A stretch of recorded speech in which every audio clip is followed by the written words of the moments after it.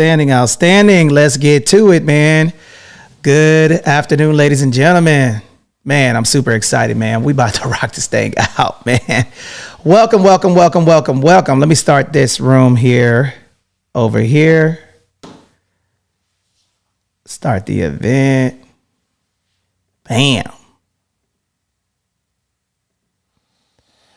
All right, man.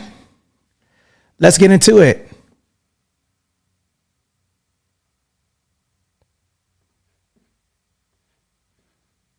Okay.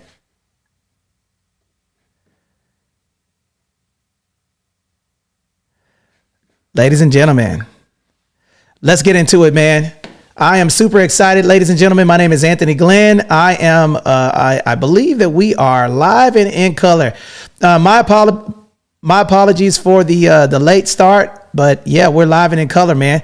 We are live on Twitter Spaces, and we're about to go live on YouTube and everything else, guys.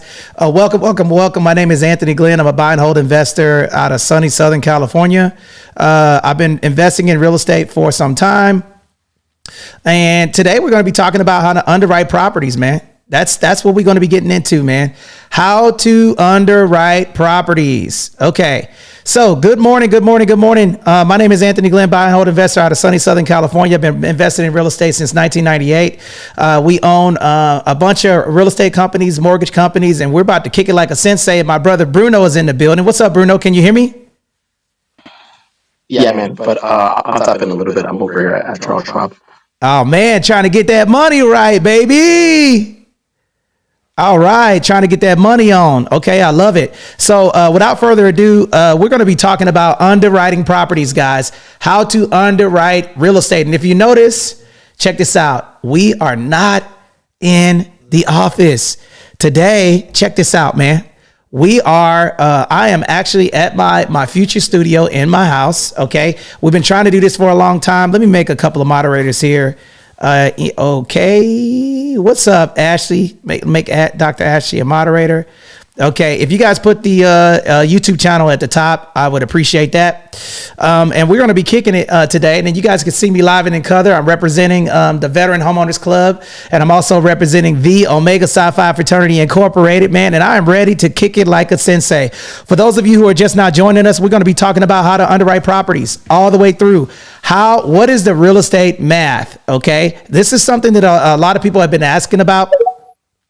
We're going to go through the entire process of how to underwrite properties. How do you underwrite properties? What does it look like? And I see my friend Derek is in here. What's up, Derek? Derek, please, can I please get on the phone call with you? My friend is on Twitter. I just invited you to speak.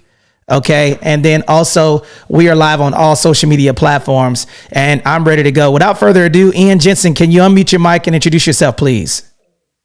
Hey, good morning, team. Good morning. Thanks, Tony, for the handoff. This is Ian Jensen. I'm a full-time real estate agent by trade down here in Southern California, working with the EXP group here with Tony and my great co-mods here, Bruno and Hannah, and Miss Ashley incoming, right, whenever we pick on her a little bit more about her license, right? Well, anyway, so my background is I got some background in construction and agriculture, and for the most part, I've been doing real estate sales for the last about 4 or 5 years now, dipping my toe into the multi-unit investing space, and really excited to help bring you guys the beautiful 10X Vets program that we got brewing up here. So, any questions about all that, I'm always happy to answer anything online or offline, so just reach out to me and I'll get you what you need. Thank you very much, y'all. Back to you. Outstanding. And then my good sister Hannah, can you introduce yourself real quick, please? Good morning, Clubhouse. Hannah in sunny San Diego. I am part of the Win in Real Estate team. I'm a real estate professional serving buyers, sellers, investors, veterans. My husband is a 21-year retired Navy senior chief. Excited about this conversation today and talking about underwriting commercial deals. Come up onto the stage. We want to really engage the audience today because this is a fantastic discussion. Back to you, Tony. And then, and yeah, man, we're going to get into it. Here's what we're going to be talking about, guys. Okay. So we're going to tell you guys we're going to give you the 9 essential steps on how to underwrite commercial real estate. 9 essential steps. Okay. You can utilize this for single family homes and residential homes. We're going to go step by step. And then my sister, Hannah, and Ian, and my brother, Bruno, is going to be giving you guys the information that you guys need in order to do this. So before you guys leave today, you will know how to underwrite a deal. Okay. And all of this stuff, the replays are on. Okay. Can y'all check and make sure that we are public? I want to make sure that the room is public. And for those of you who are in the listening lounge, come on stage. Down at the bottom, you'll see a little clipboard. I want you guys to raise your hand and get on stage. What that's going to make you be able to do is that's going to make you be able to ask questions. Okay. Ask questions. And then also there's a little up arrow, a box with the up arrow. Share this with your hallway. Okay. All right. Share it to your hallway. I want to make sure that you guys are in here and you're rocking and rolling with us. And we want to make sure that you guys are able to get in the game and learn how to underwrite these deals. Because a fundamental thing that I've been seeing is that there's a lot of people who there's just a bunch of people who have not who don't know how to do this. Okay. So we're going to be going through the steps, and my brother Otis just came into the building. We're going to go step by step. There's 9 essential steps, and we're going to start step by step. Okay. And then for those of you who are listening and watching us, I'm a little out of my comfort zone because I'm not in my studio, but I got a nice little setup here at the crib, and I'm ready to go, man. What's up, Otis? How you doing, brother?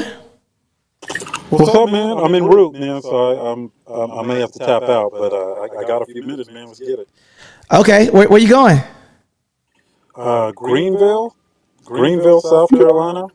Oh, you in Greenville, South Kakalaki. All right. I don't know what I'm doing there, but just make sure that you don't get any of those end pies when you go there and you stop. You know what I'm talking about? Some of y'all might miss that. I don't know if y'all know what I'm talking about, man, but certain areas, you got to be careful with this. Viviana, man, you better get on stage. Okay. For those of you who are here, come on stage. I want as many people on stage as possible because we're going to rock and roll and teach you guys how to underwrite commercial real estate, man. I hope you guys are excited about this because I'm excited and I'm ready to freaking go. All right. Shout out to my people on Twitter. Thank you guys for pulling up, and let's get into it. Okay. So the first essential step, okay, that I'm going to do. Okay, let me ask Otis first because he likes to. I'm going to start with Otis for a quick question. Okay, underwriting commercial real estate. How is commercial real estate evaluated? What's the fundamental difference between commercial real estate and residential real estate in regard to its evaluation? commercial real estate is valued based on the income it generates, specifically the net operating income, and residential real estate is valued based on what similar assets are selling for. Bingo, bingo, bingo, bingo. Okay. So the biggest difference is that one is evaluated on, okay, like a appraised value, basically comparable sales, right? You have comp sales in the area. Single family homes are typically evaluated on different type of appraisal methods. And does anybody know, let me get a little bit of real estate trivia. Oh man, I got my buttons working up in here. All right. What is the most common appraisal approach to real estate? Like what's the most common approach? Market value approach. Can you talk about that, Otis? Yeah, it's, they're valuing it based on what the market is willing to pay, which is what similar properties are selling for. Bingo. So essentially, okay, whatever what's sold in the area, typically in how many days? Does anybody know?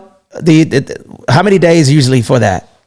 So it's typically 6 months, but they make some deviations depending on what information's available. Okay, that who else wants to jump in? So I heard somebody come off 90 to 180 days. 90 to 180 days. Okay. So when you're doing this approach, so right now put 90 to 180 days, and the comparable approach, Ellis is already rocking and rolling with us. My brother Ellis, thank you for pulling up. So the comparable or comparable approach is typically how single family homes are evaluated. Now I'm gonna run through this real quick because we're specifically focusing on commercial real estate first, but let me talk to you guys about this. Okay. So typically what they'll do is appraisers will get some properties. They'll pull the title of the property.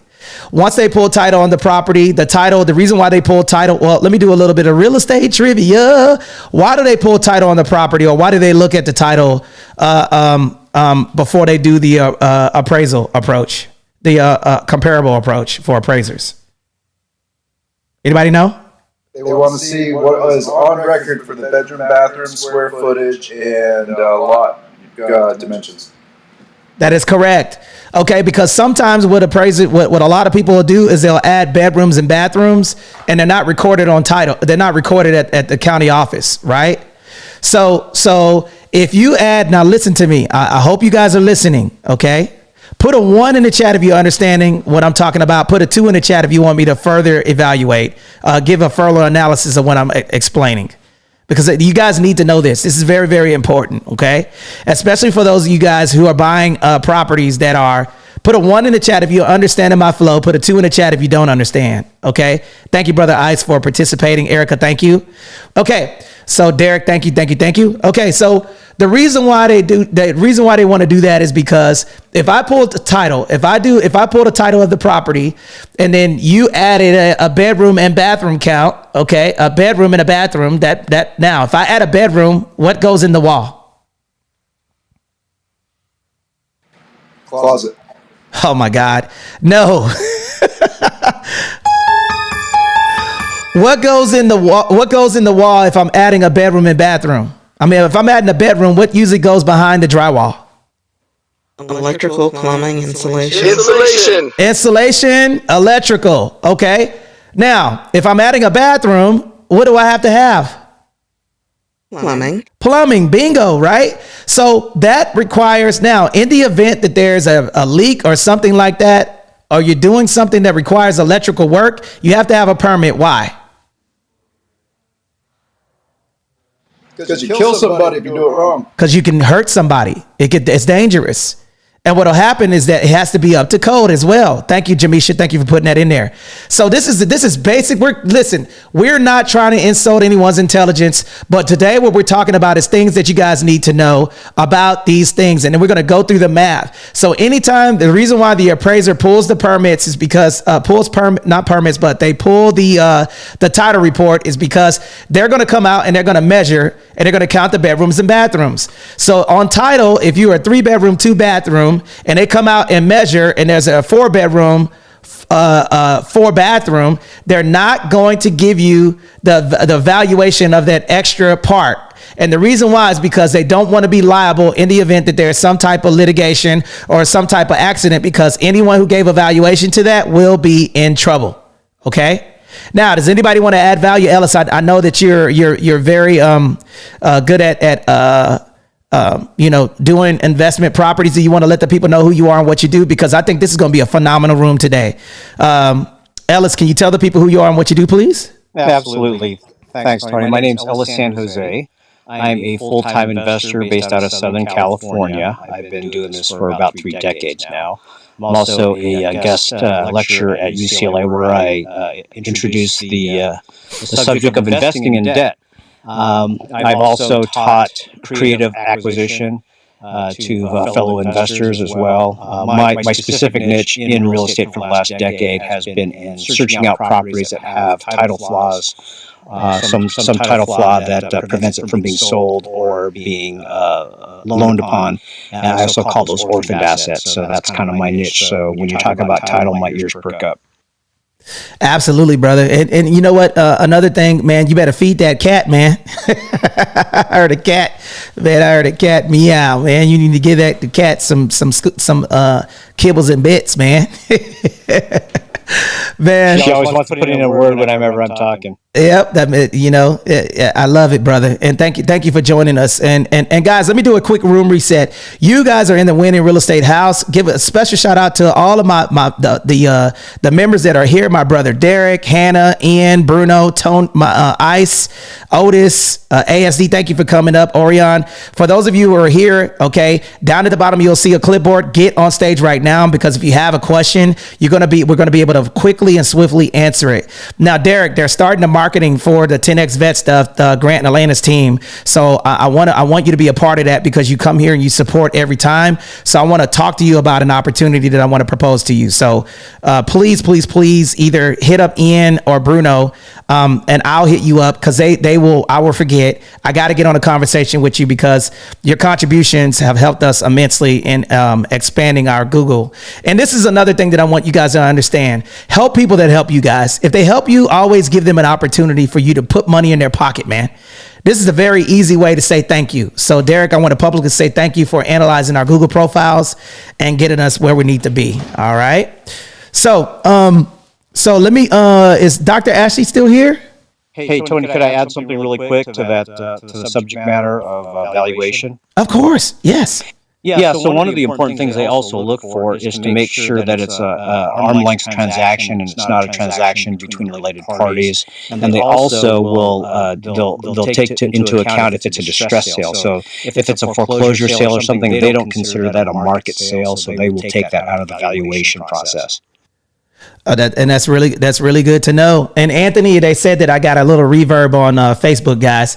So right now it's probably because I don't have anything in my space. All I got is a couch, and I got my Scooby snacks. If you guys could see, all right. If you click the link above my head, you'll see my setup. Okay. So I am live and in color at my house. Finally, we got the setup. Anthony has been on my behind about getting my office set up. That way I can go live from anywhere. So now I got a studio office, and I'm about to set up this space in here. So so Ian, Bruno, and all of our staff, Sierra, and everybody else will be coming here, and we will be doing a live here so you guys can rock and roll with us. Yes, that is paleo, my friend. This is non-GMO, non-paleo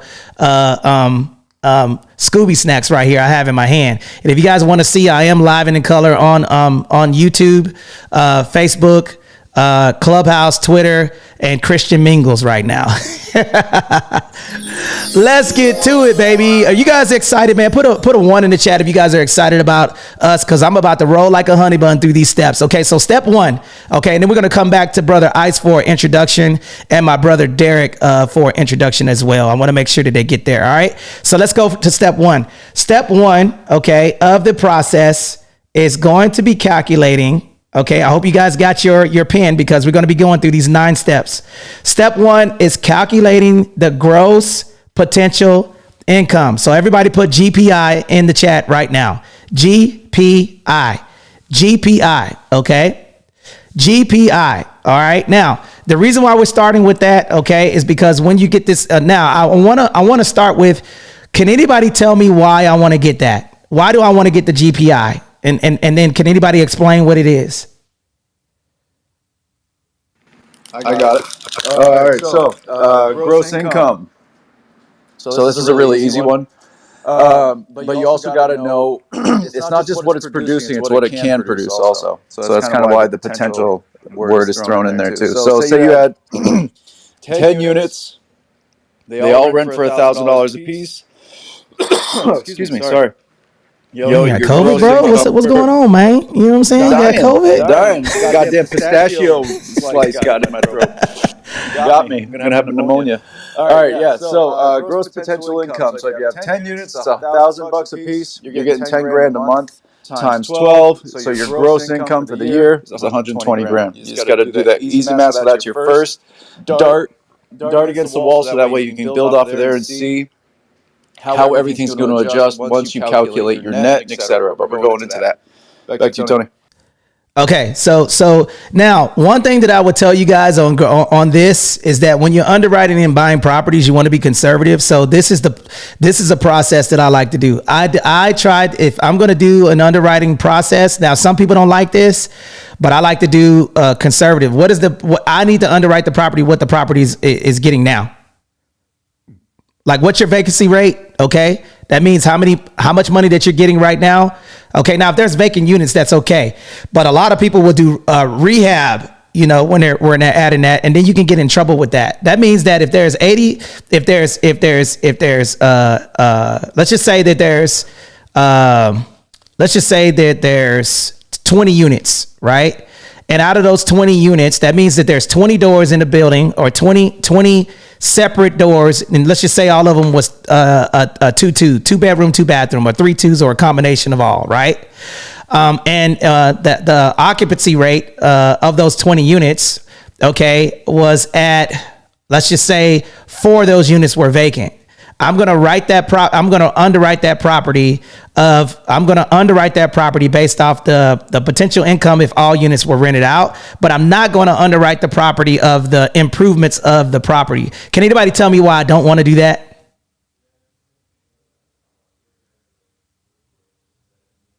Anybody tell me? Because that's in the future. That's in the know what's doing right now. Yep. What's going on right now? Okay. So here's the math. You determine the total potential rental income if all units were rented out. That's the gross potential income, or GPI. Okay.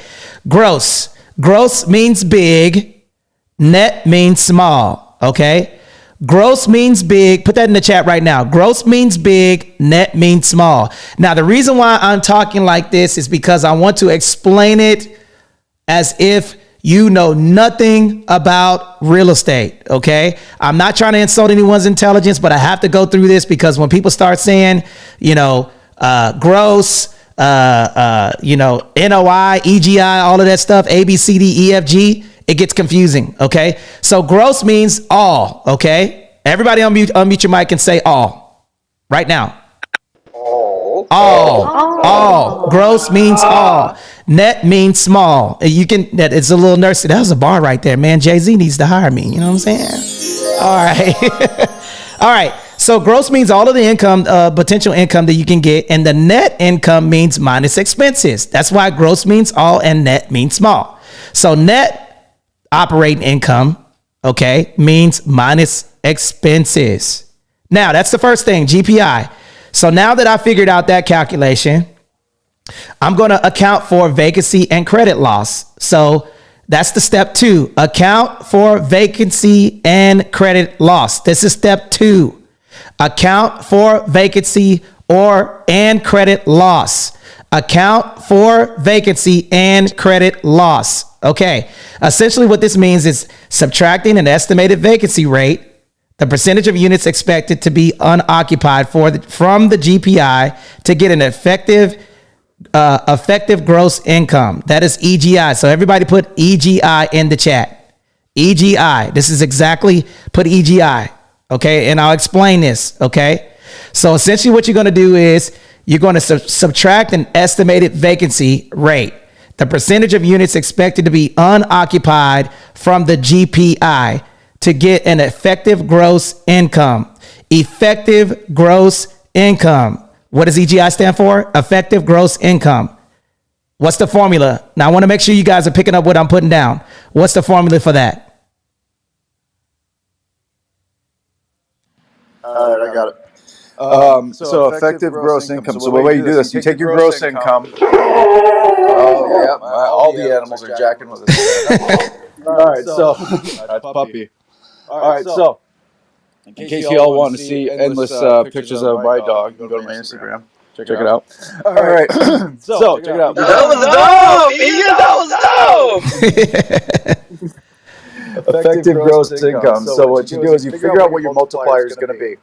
You always want to pick a number less than 1, right? Because if it was 1, that would be like a 100, right? And you're never going to have 100% occupancy. So you always pick a number less than 1, right? So what you do is, say you wanted to calculate conservatively and you said like 85% occupied, you would take the amount of gross income you get, let's say it's $10,000, and then you would multiply by that number that's less than 1. So you'd be multiplied by 0.85. So you do $10,000 times 0.85, and you'll get an effective gross income at $8,500.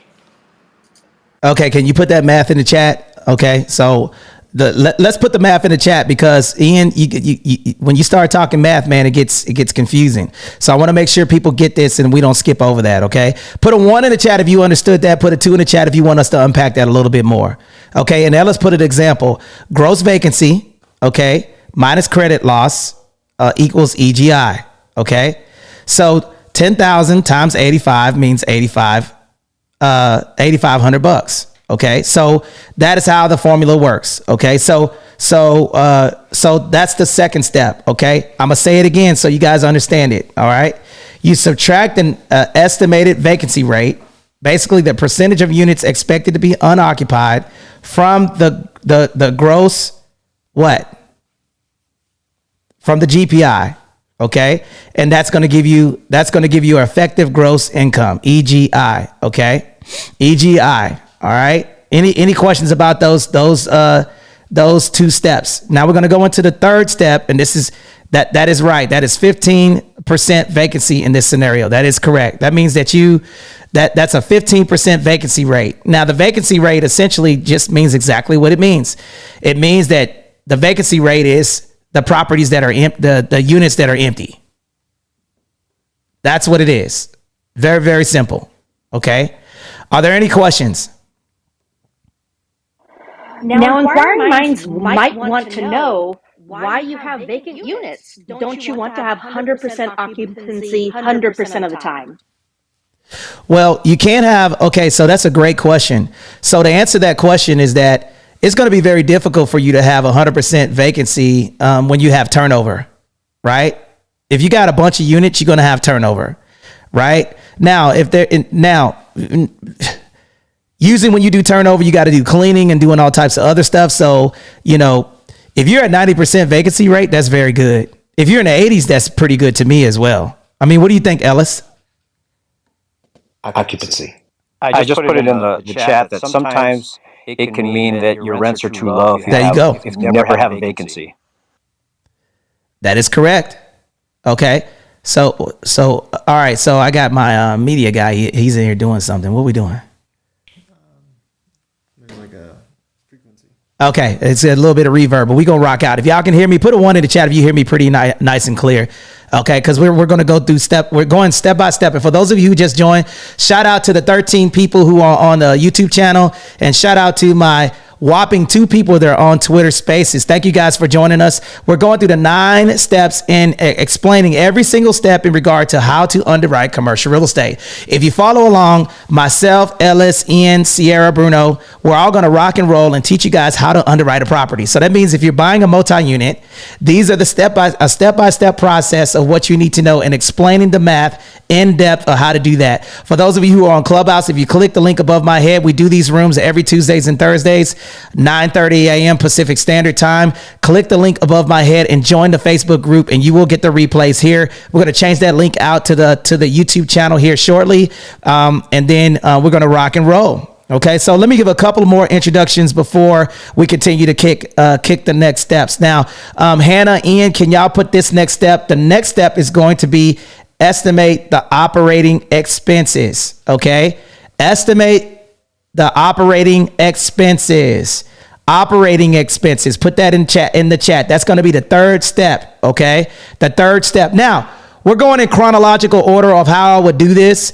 You don't have to do it this way, but this way works effectively for me. And then some of these steps can be interchangeable. But the reason why I want to go step by step is that I identify the property and all of this stuff. I'm going to do the free stuff before I get into the paid stuff. Okay. So if you guys are following along on these steps, okay, I want to make sure that you're understanding. Number 1 is calculate the gross potential income. Number 2 is account for vacancy and credit loss and figure out the EGI. Step 3 is going to be estimate the operating expenses, and we're going to unpack that here shortly. Now, my brother Ian, did you get an opportunity to introduce yourself?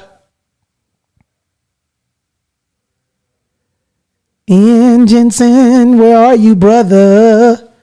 Hey, brother, I'm here. How you doing, sir? Yeah, I've already introduced myself, man. Thank you very much. Okay, brother Derek, can you tell the people who you are and what you do, my friend?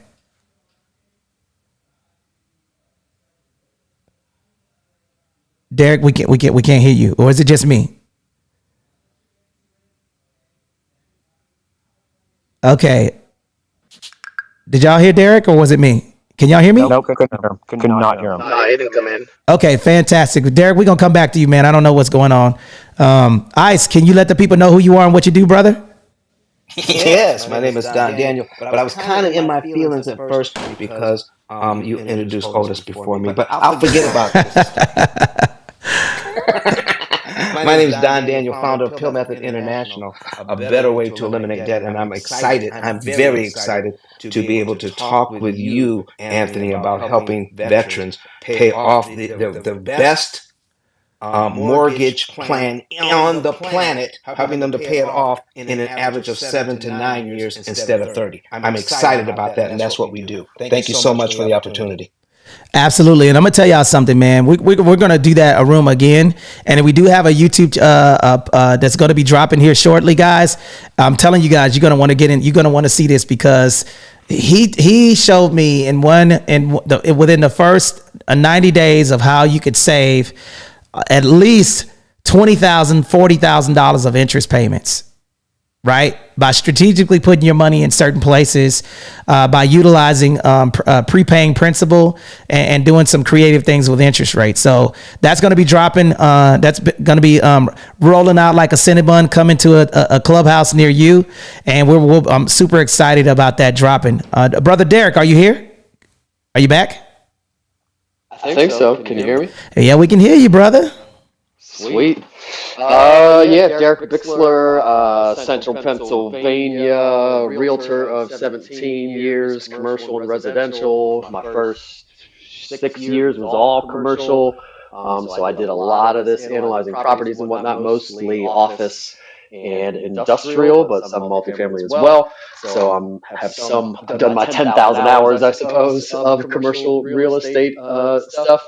A lot of leasing too, but of more recent residential real estate, and now pretty much out of production and doing Google Business Profile and local SEO stuff for real estate professionals.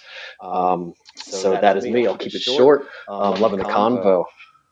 Outstanding, brother. And then another thing, guys, he's a savage on Google. I'm telling you right now, if you don't know this guy, he's a savage on Google. Derek, I'm going to give you publicly the opportunity to start posting tips in our Winning Real Estate Facebook group as well. Don't be shy, brother. I want people to know who you are. Like if you help me, I'm gonna help you. So we're growing at a cyclical pace, and we want to be able to share the wealth. Okay, so I'm giving you the green light that you can I was about to say advertise, but you can start posting content in there.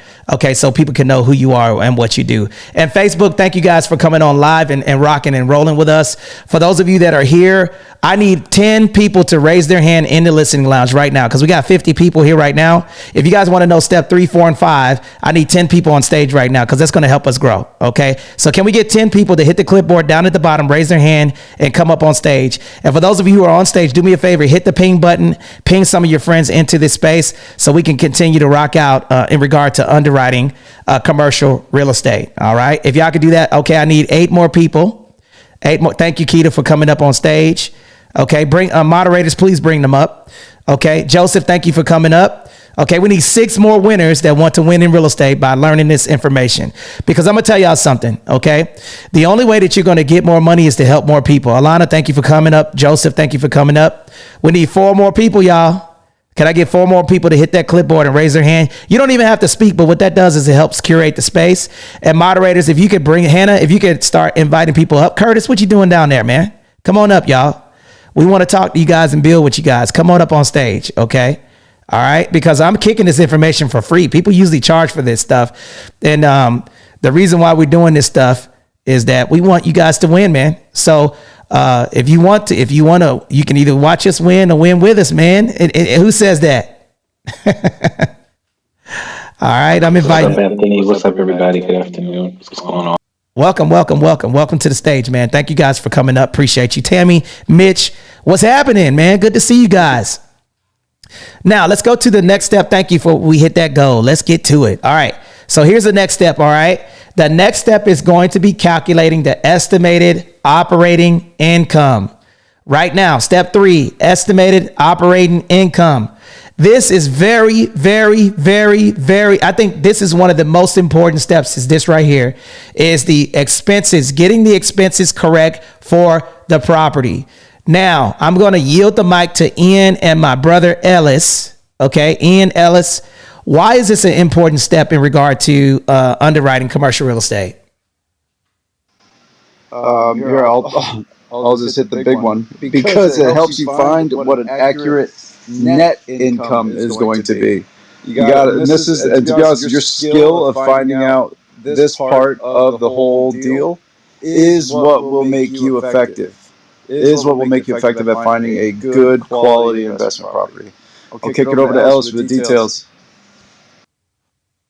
Thank you. Yeah, so I look at the operating expenses in two ways. Number one, I see how it's currently running, and how the bank is going to look at it, because that's what's going to determine my net operating income and how they determine what type of loan it can handle. But I also look to see if there's any inefficiencies in that in those expenses where I might be able to improve my net income by attacking those expenses to see what is necessary, what is not. So I look at it two ways: what it's currently doing, and are there ways I can improve it. Boom, bam, bip, right there. Okay. So a lot of these things, okay. So a lot of people that own, just because, let me tell you, I've seen major companies just hemorrhaging money because they have poor operating practices, right? Just because it's a big unit doesn't mean that it's ran effectively, right? Here's an example, okay? Your net operating income, your expenses and everything else, potentially it being in a bad finance deal, okay? Or here's another thing, continuing to put Band-Aids on maintenance. This is a big one right here. If I look at y'all better be writing this down, man, because this one is a hot chicken nugget coming fresh out of the grease from Chick-fil-A. If I get the maintenance schedule, hint, and I continue to see that I have several tenants that are saying that they have a clogged toilet, what does that potentially mean? A major plumbing problem. What? There's a plumbing problem in the entire building potentially when you have two tenants that complain of the same problem.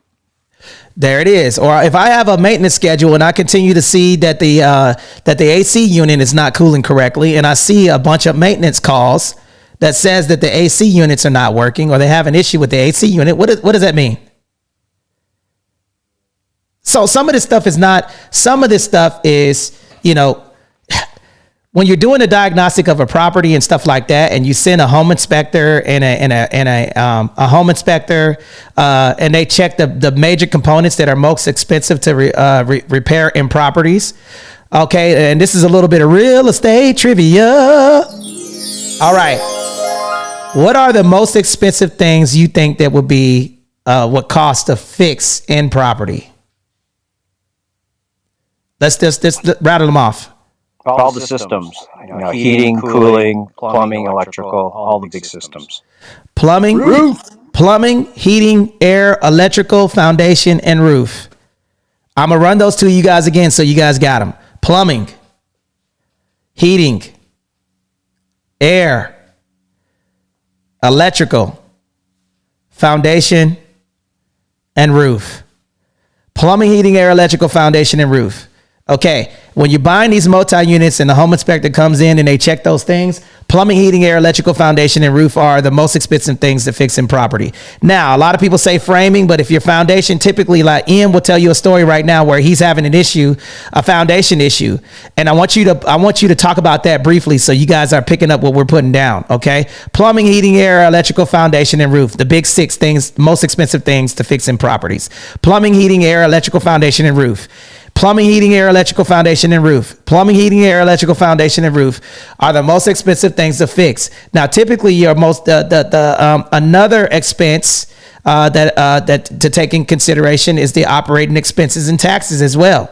Okay, so let's go through these things, and when we want to talk about those things. But I want Ian. I'll kick the mic over to Ian, and I want him to talk about the issue that he has. Can you give us a quick 1-minute analysis of what's going on with your multi-unit that you're dealing with? Yeah. Okay, guys. There's a lot to learn. A lot I learned about this one. Okay, but the big picture, what happened to me was it's a house that's up in the East Coast, so there's a basement. And also what's going on there is that there's a crawl space in this particular part, and the people that owned it before me never vented the basement properly. So what I have here is a bunch of rotten floor joists. And so what's going on with that is that I've everybody. So this is something that you also got to look out for, is that contractors want the easy stuff, right? So if it's something that they really have to work hard at or something like that, they're always going to try to recommend you to do something that makes their life easier. So everybody was telling me, tear it down, tear it down, tear it down. Well, it would have cost like 300 grand to tear it down and replace what I was about to pull off, which was 2 units. So I was like, no, there's got to be a way of saving this. So I scratched my head, kept reaching out to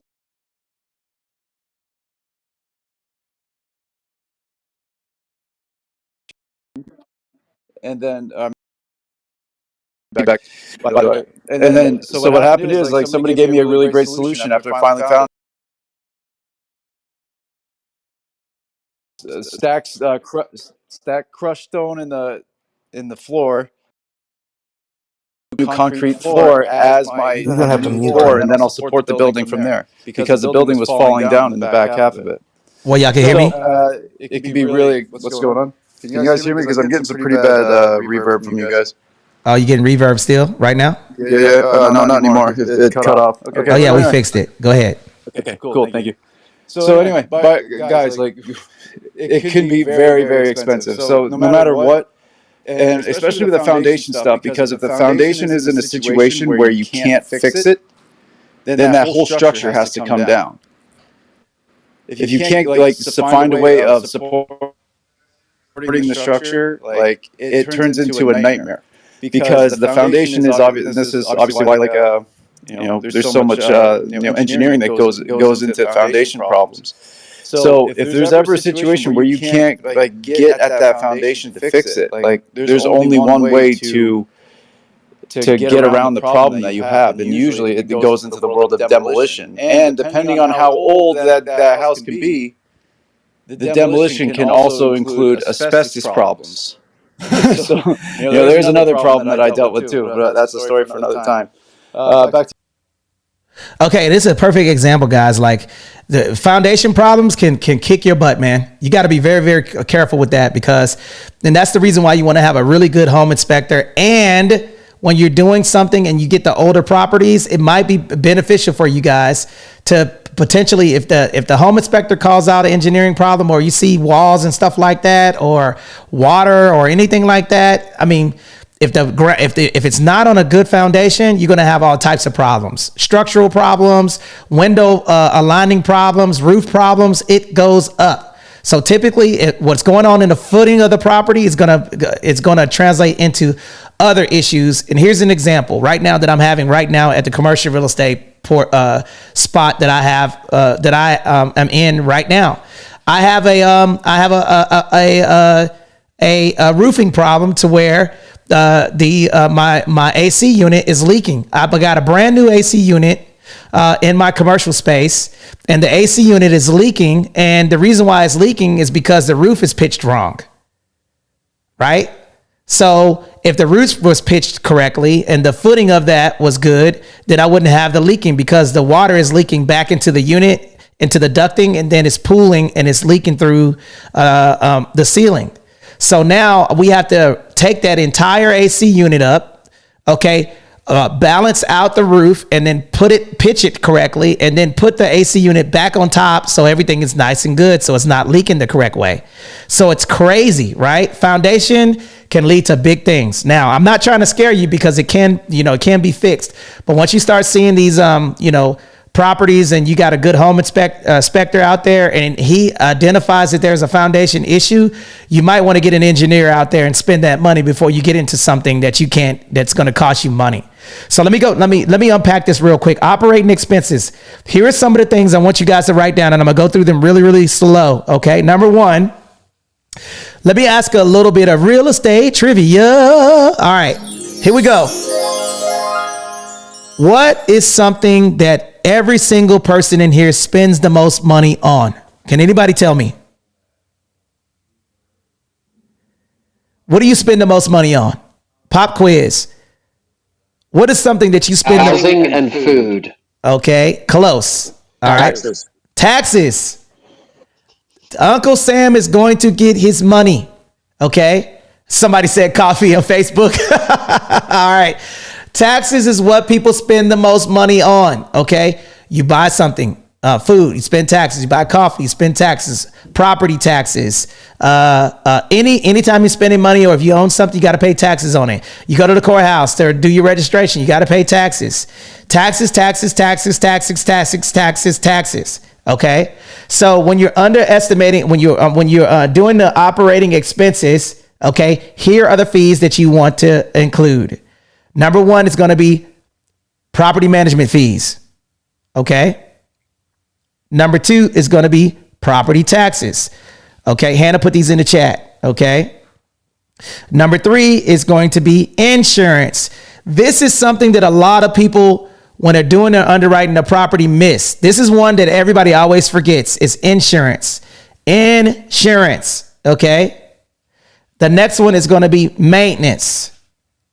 The next one is going to be utilities and any and everything associated with that property. Now, I have a question for Ian and anybody that's on stage.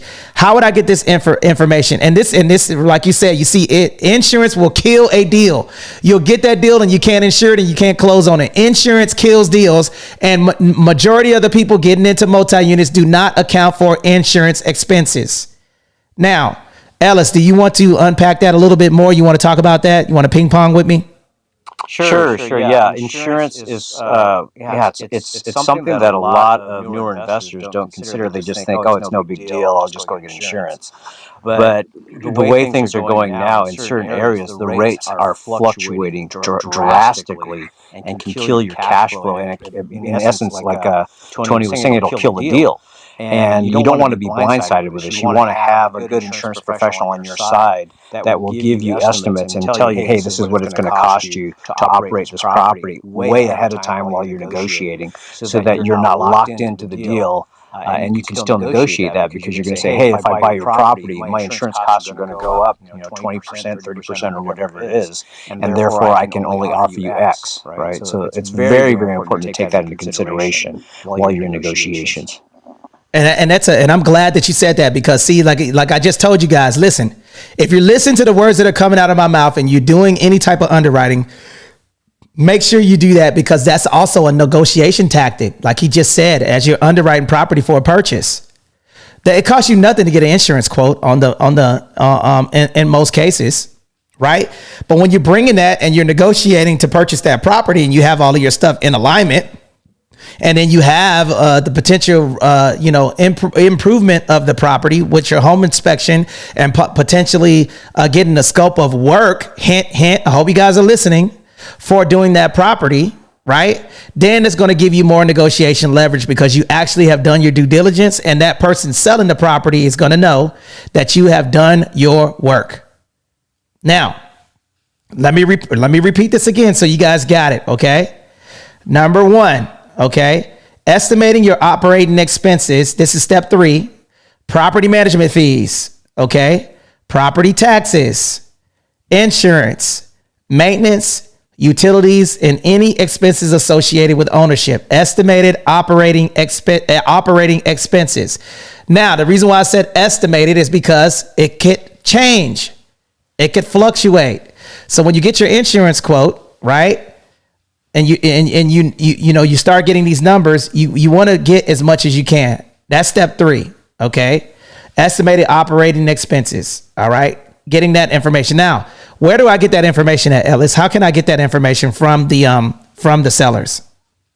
So it's the whole thing about, trust but verify. So the seller is going to submit their operating expenses, and it's up to you to verify them to make sure they are accurate. You're absolutely right. Okay. And then when you get that maintenance schedule, they have to document that stuff too. So when you get the maintenance schedule, you can look at that. And I would always try to get, you're rolling what? Anybody know? They use rolling 12, but I like to go back a little further just to track if there's any anomalies that happen, because sometimes right before somebody sells a property, they kind of do some window dressing and they try to manage the expenses to make it look better than it really is. There it is right there, man. I like the rolling 24, Jack. If I could get more than that, then I want to see. And then the tighter the books are, I'm going to tell you one thing that I've noticed. The tighter the books are, the easier it is to get the underwriting done on the property, right? when you have loose books and stuff like that, and you have loose maintenance schedules and loose everything, then you're going to be able to negotiate a little bit more in regard to negotiating on commercial real estate. And the reason why I say that is because people, there's a lot of old people that are managing this stuff, and they're using old software and all types of other stuff, Excel documents and all kind of other crazy stuff, right? So when you guys are doing this stuff and getting your property, looking at underwriting properties, the tighter the books are, the easier it is to get that property. Okay. That's one from experience. That's one thing that I have done. Does anybody have any questions about the first 3 steps? Anybody on stage have any questions about the first 3 steps? Okay. Let me recap. Calculating the GPI. Okay. That is gross potential income. Account for vacancy and credit loss. Number 3, estimate operating expenses. Number 4 is going to be calculating the net operating income. Everybody put NOI in the chat right now, because we're going to unpack that. Net operating income. Net operating income. Net operating income. All right. Now, that's the next step. The net operating income is subtracting the total operating expenses from the EGI, the operating expenses. That's the net operating income. Net operating income. Okay. Does anybody want to unpack that on stage and tell how that's calculated? And let's do an example so you guys understand how it works. Okay. Okay. So, Ian, are you with me?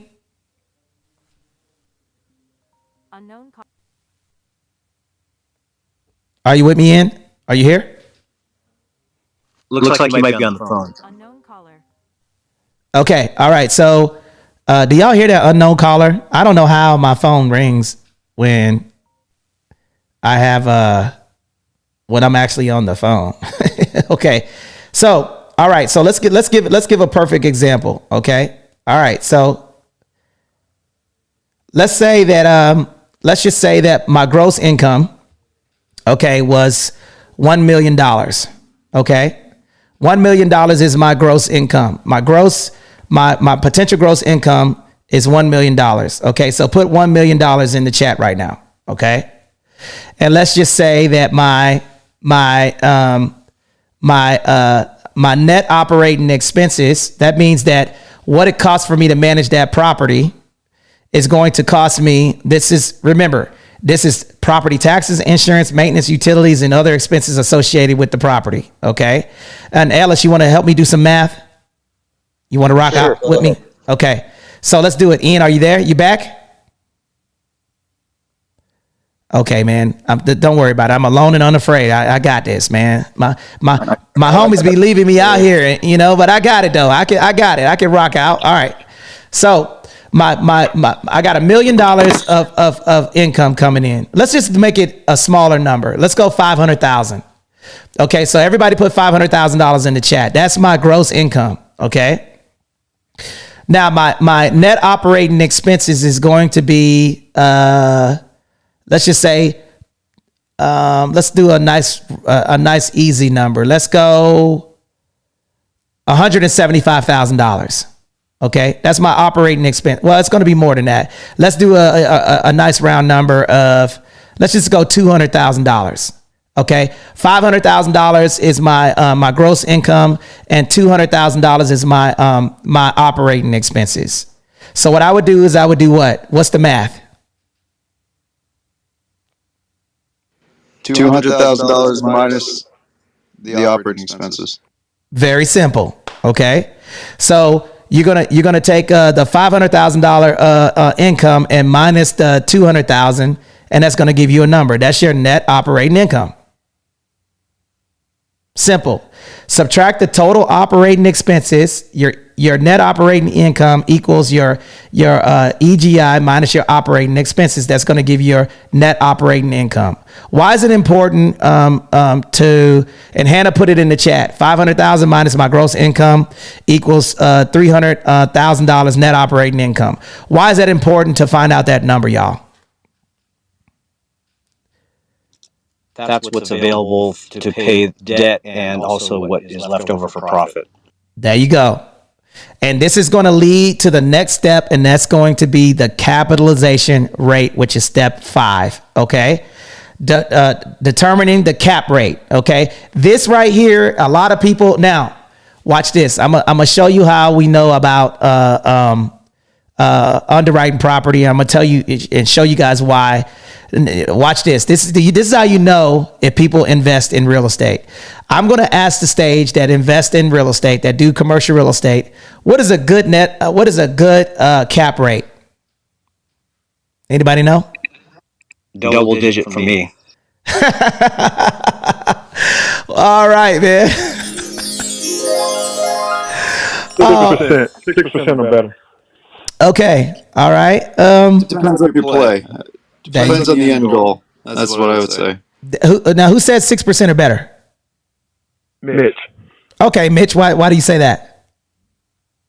From experience and from what some of the other gurus that I've listened to. I'm not saying I necessarily agree with it, but that's been the consensus on the street.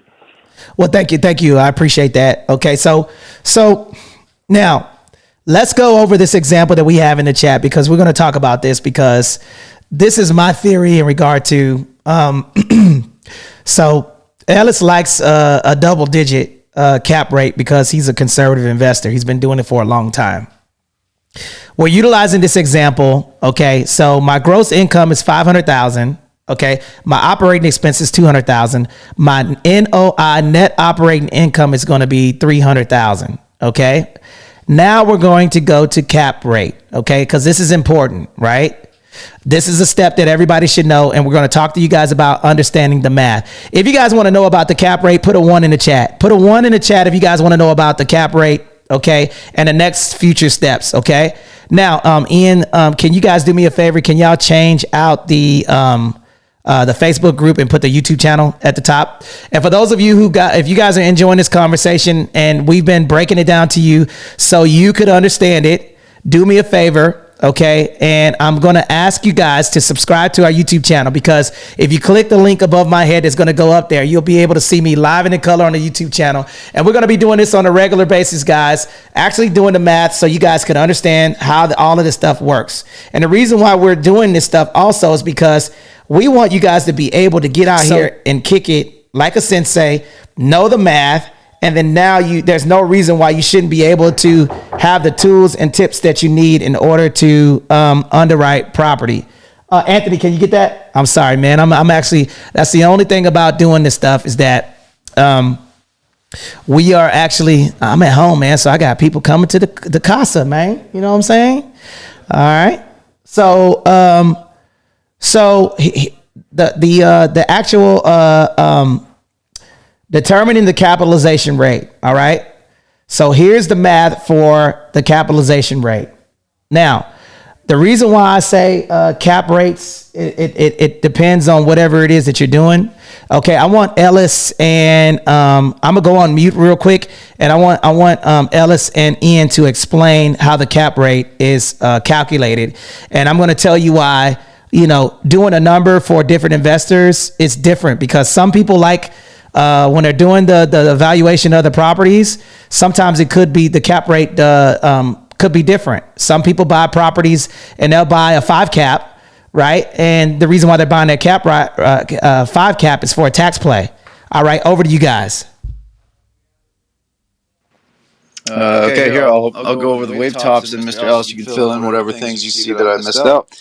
All right, so cap rate. So what you do is once you finally get your net, and you have a really good confidence in your net that you get. So what you do is then you take your net income and you divide by either the purchase price. So it depends on what your end goal is. If you want to get it relative to your purchase price or relative to the market value of the property. So there's two different things. What you can buy it for isn't exactly what it's worth. Okay, so you got to pick which one you're going to choose, whether it's going to be what you're going to pay for it, or what is it going to be worth. But we'll get to that other one. I'm going to go with what it's worth for this example, because we're going to cover the what you pay for it ratio here in a minute.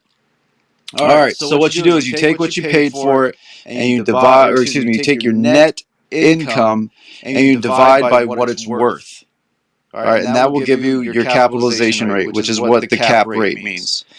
And okay, so what Tony was talking about was depends on your situation. So why I'm going on to this is why sometimes you would buy it at a lower cap rate and it would still make sense. Would be because you have a more sophisticated plan in place. Because sometimes people, they are in a situation where like, oh, they made too much money this year, so they're going to get nailed to the wall with taxes, so they got to spend some money. So what they'll do is they'll go out and buy something that's probably maybe a little bit overpriced for your everyday investor. But if it's totally on autopilot, then it's something they don't have to worry about. Then it might be a good play because let's do it with commercial real estate, because commercial real estate, you're allowed to do a depreciation schedule of 39 years. So what happens here is they get the tax benefit of utilizing the income that they didn't have to spend in taxes. And then for the future, they will have an extra tax deduction with the depreciation of that asset. All right. Any questions before I hand it off to Mr. Ellis for a comprehensive overview? Everybody understood me? Wow, man, am I a great teacher or what? All right, well, here, if you got any questions, if you're not up in the audience, throw it in the chat, and then we'll take a look at it. But Mr. Ellis, off to you. Hey, thanks, Ian. So the way I look at cap rate, I look at it in a couple ways. So the first way I look at it is the element of risk, right? So the higher the cap rate means I need to get a higher return on my money because of the risk involved with that particular asset. So if there's an asset where there's a lot of turnover, there's a lot of high management, I want to have a higher cap rate. If it's something that's what's known as a triple net lease, where I'm just basically collecting money, and the tenant is taking care of pretty much everything, right? They're taking care of the building, the property taxes, etc. The market is usually going to accept a much lower cap rate. So a much simpler way to put this is if I bought a property cash and I didn't have any financing on it, what would my rate of return be? So net operating income does not take into consideration financing. So if I bought a building all cash and I was going to get 3% on my money, that's basically a 3% cap rate. If it's if I have a free and clear building and I'm getting 12% of my money, that's a 12% cap rate. So that's how I kind of look at it with those things in mind. And the higher the cap rate required, it usually means that there's much more risk or much more intensive management or hassle factor involved with that asset. So hopefully that simplifies it a bit and gives you kind of an investor perspective of why cap rates matter. And I'm gonna tell you right now, guys, if you're enjoying this conversation, put a fire emoji in the chat, man. Put a fire emoji in the chat, because I'm kicking it like a sensei in here with my friends. And do me a favor, make sure you friend all of the people that are contributing to the conversation. Because remember, we're at step 4. There's 1, 2, 3, 4, 5, 6, 7 more steps, guys. We're giving you everything that you need to know and breaking down the math for you guys. So listen to me. I need 10 more shares right now. Hit the clipboard down at the bottom. Get on stage. I need 10 people also to get on stage. I'm gonna invite you guys. Mr. Campbell, Jermaine, Tony, Bizad, Syed, Ava, come on stage. Credit Bridge, Ebony, Bernice, Giselle, Melanie, Kim, Nabel, Just, AR. All of you guys, we want you guys to be on stage with us, because what this does for us is that it helps us grow the space. And for those of you that are on Facebook and on the YouTube channel, we want to say thank you guys for showing up. Well, today we're talking about underwriting properties, and let me recap real quick. So step number 1, calculate the gross potential income. That's determining the total potential income of the units that were under rent for market rates.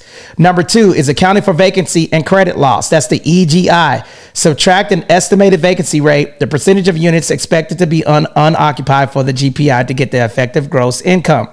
Number 3, estimated operating expenses. Now, this one right here is where people make the most mistakes, right here, okay? Because they leave out insurance, okay? Utilities, taxes, associated property expenses, and management fees. The 2 things that people usually leave out is the management fees and the insurance. No, taxes and insurance. And management fees number 3. They don't do a deep dive in that by looking at the rolling 12 and the maintenance schedule. Okay. This is a masterclass on how to underwrite commercial real estate. So for those of you that are in here, whether you want to have this or not, if you know how to underwrite commercial real estate, you know how to underwrite single family homes. Okay. This is very, very, very, very, very intricate details that we're going through. And if you follow step by step, you will not make a mistake. You want to buy commercial real estate? You need to know how to do this. And guess what? It's easier to get a loan on commercial real estate than it is residential real estate. The bank wants to give you the money and they're going to help you do this, but you're going to make less mistakes if you know the information that I'm kicking to you today, along with my friend Ellis, Ian, Bruno, and all of the people that are on stage. Okay. So here's what I'm going to ask you guys to do. All right.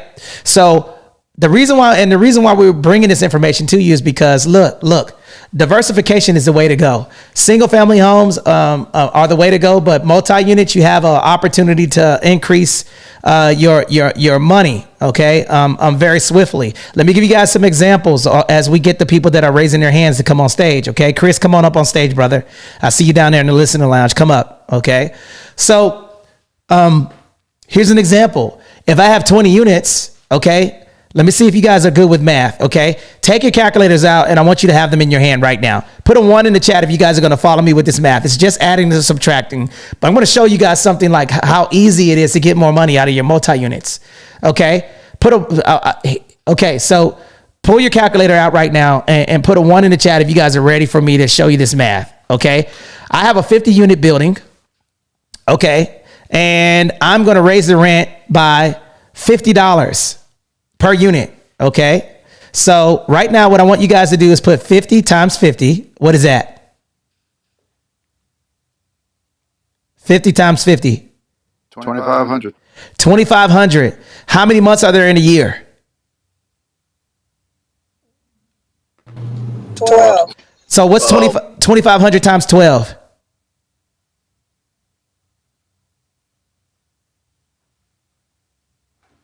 What's 2,500 times 12? $30,000. I just increased my income by that much money, guys. Just by raising my rent on all of the units by $50, guys. Okay? So I'm not telling you to do this or that. I'm telling you to do this and that. If you got single family homes, get into the multi-unit space also, because your availability to increase the value of now, and Ellis put something in the chat. Now divide that $30,000 by 0.06 cap rate. That's going to give you some crazy numbers, guys. And the reason now, let's just say that I wanted to charge for premium parking. Okay. Let's just say that I have parking units and then somebody has second cars. All right. Let's just say that I wanted to charge, $75 a month for 20 premium parking spaces. Let's just say that I wanted to charge for, after hours gym membership. Let's just say that I wanted to charge for renting out the what's those things inside of that people want to throw parties in? Let's just say I have a multi-unit and I have one of those event centers on my multi-unit. Okay, so there's a lot of ways to increase the value of, to draw in more revenue for multi-units, right? So, and then there's a balance, because if one tenant is out, I still have, my cap rate might go down because I have vacant units, right? Or my operating expenses and my net operating income might go down because I have vacant units, right? But I'm still able to sustain that because I have multiple people in the other units that are vacant, right? So I have less lag in income coming in when I have turnover for my units. Is this all making sense to you guys? Put a 1 in the chat if you understand what I'm talking about. Okay, I want to make sure you guys are picking up what I'm putting down. Okay, so are there any questions about the capitalization rate? The capitalization rate is basically You're going to research the market to find the appropriate cap rate for similar properties in the area. That's the first step in determining the cap rate. Then what you're going to do is you're going to divide the net operating income. What is a net operating income, y'all? Net operating income. Somebody tell me what it is. Somebody come off mic and tell me what the net operating income is. Income minus all expenses to run the property. The income minus all expenses to run the property. Okay. So that means whatever money I have coming in, I subtract the operating expenses. That's going to give me my net operating income. I'm going to take my net operating income. Okay. I'm going to divide the net operating income by the cap rate to estimate the property value. So the property value equals the net operating income divided by the cap rate. Net operating income divided by the cap rate. Okay, that's going to give you the numbers. Are there any questions about that? Now, Ellis, Ian, can y'all do the example? Because when I'm teaching and we going over these numbers, some people get lost in translation. Let's use that $500,000 property. I mean, that property that is, what example did we use? What was the numbers that we told before? 500,000 gross income, 200,000 operating expenses, 300,000 net operating income. Okay. All right. So now we're going to figure out the capitalization rate. Let's just say that they wanted $2 million for this property. Okay. Now what's going to be my cap rate? They want $2 million. I know my net operating income, and I know what my numbers are. So let's do this math. Y'all want to do that? Ian, you want to help me do this? Yeah, brother, I got you. Okay, so they want $2 million for the property. Okay, my gross income is 500,000. 500,000. Okay, my expenses is 200,000. All right, so that gives us a $300,000 net divided by $2 million. Drum roll is a 15% cap rate. 15 cap. Does anybody understand how that's done? Okay, I want to make sure you got that. Put the math in the chat. Ian, go ahead and run the play. I'm sorry, man. I had a call just a second ago. I missed it while I was ringing. What was the question before? Okay, go ahead and run the play. Put the math in the chat so people can follow along so they understand how this works. Okay. So run the numbers so people know. Okay, so right now put $2 million in the chat right now. We want to make sure you guys got this. Okay, put $2 million in the chat. That's what they want for the property. Okay, they're asking $2 million. Okay, you want to figure out the cap rate. All right, you already know what your gross income is, which is $500,000. You already know what your net income is. The gross income is all the income you have coming in. The net income is minus your expenses. Okay. That's going to give you what? $300,000 net. Okay. $300,000 net. So now what's the math? What do I got to do next? So you take the $500,000 gross income minus the $200,000 expenses. So that'll give you a $300,000 net income. Okay. And then you take the net income divided by the purchase price, which is $2 million, which gives us your 15, which gives us 0.15, and that and 0.15 times 100 gives you 15, and that was as your percentage. Okay, and put that in the chat so people know that math. Okay, so ladies and gentlemen, that's right there. You're like 90%. Well, actually, I would probably give you an 85. That's 85% of underwriting property right there. Okay. Ian is going to put it in the chat. Okay. And that is how you understand the capitalization rate, the net operating income, and then figuring out the cap rate to see if you want to buy it. There's some other steps, guys. And here's what I'm going to ask you guys to do. Above my head, you're going to see the SITREP YouTube channel. I am going live and in color on the SITREP YouTube and the Facebook group. You guys got to do this. Okay. Please subscribe to the YouTube channel and come back and listen to this live instead of going through Clubhouse and figuring out.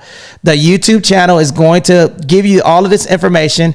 Sit down, take notes on everything that I'm writing down and scribe this out. The reason why I'm giving you guys these numbers is if you're actually doing the numbers on paper and you have them in your notes, you're going to get more confidence in underwriting commercial real estate.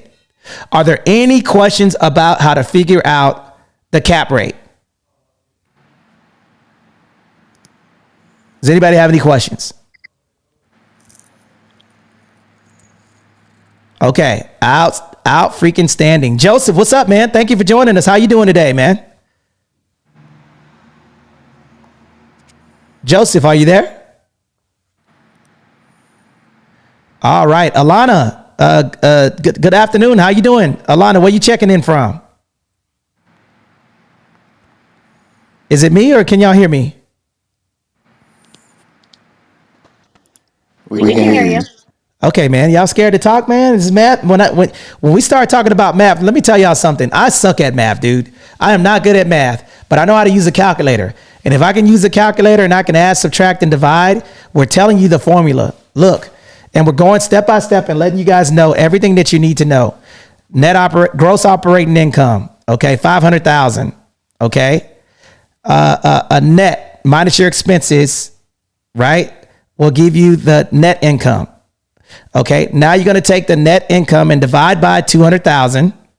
That's going to give you your cap rate, 0.15. Now, Ian always says this, multiply by 100 or divide and all of that stuff. No, just move the decimal point over 2 places to the right.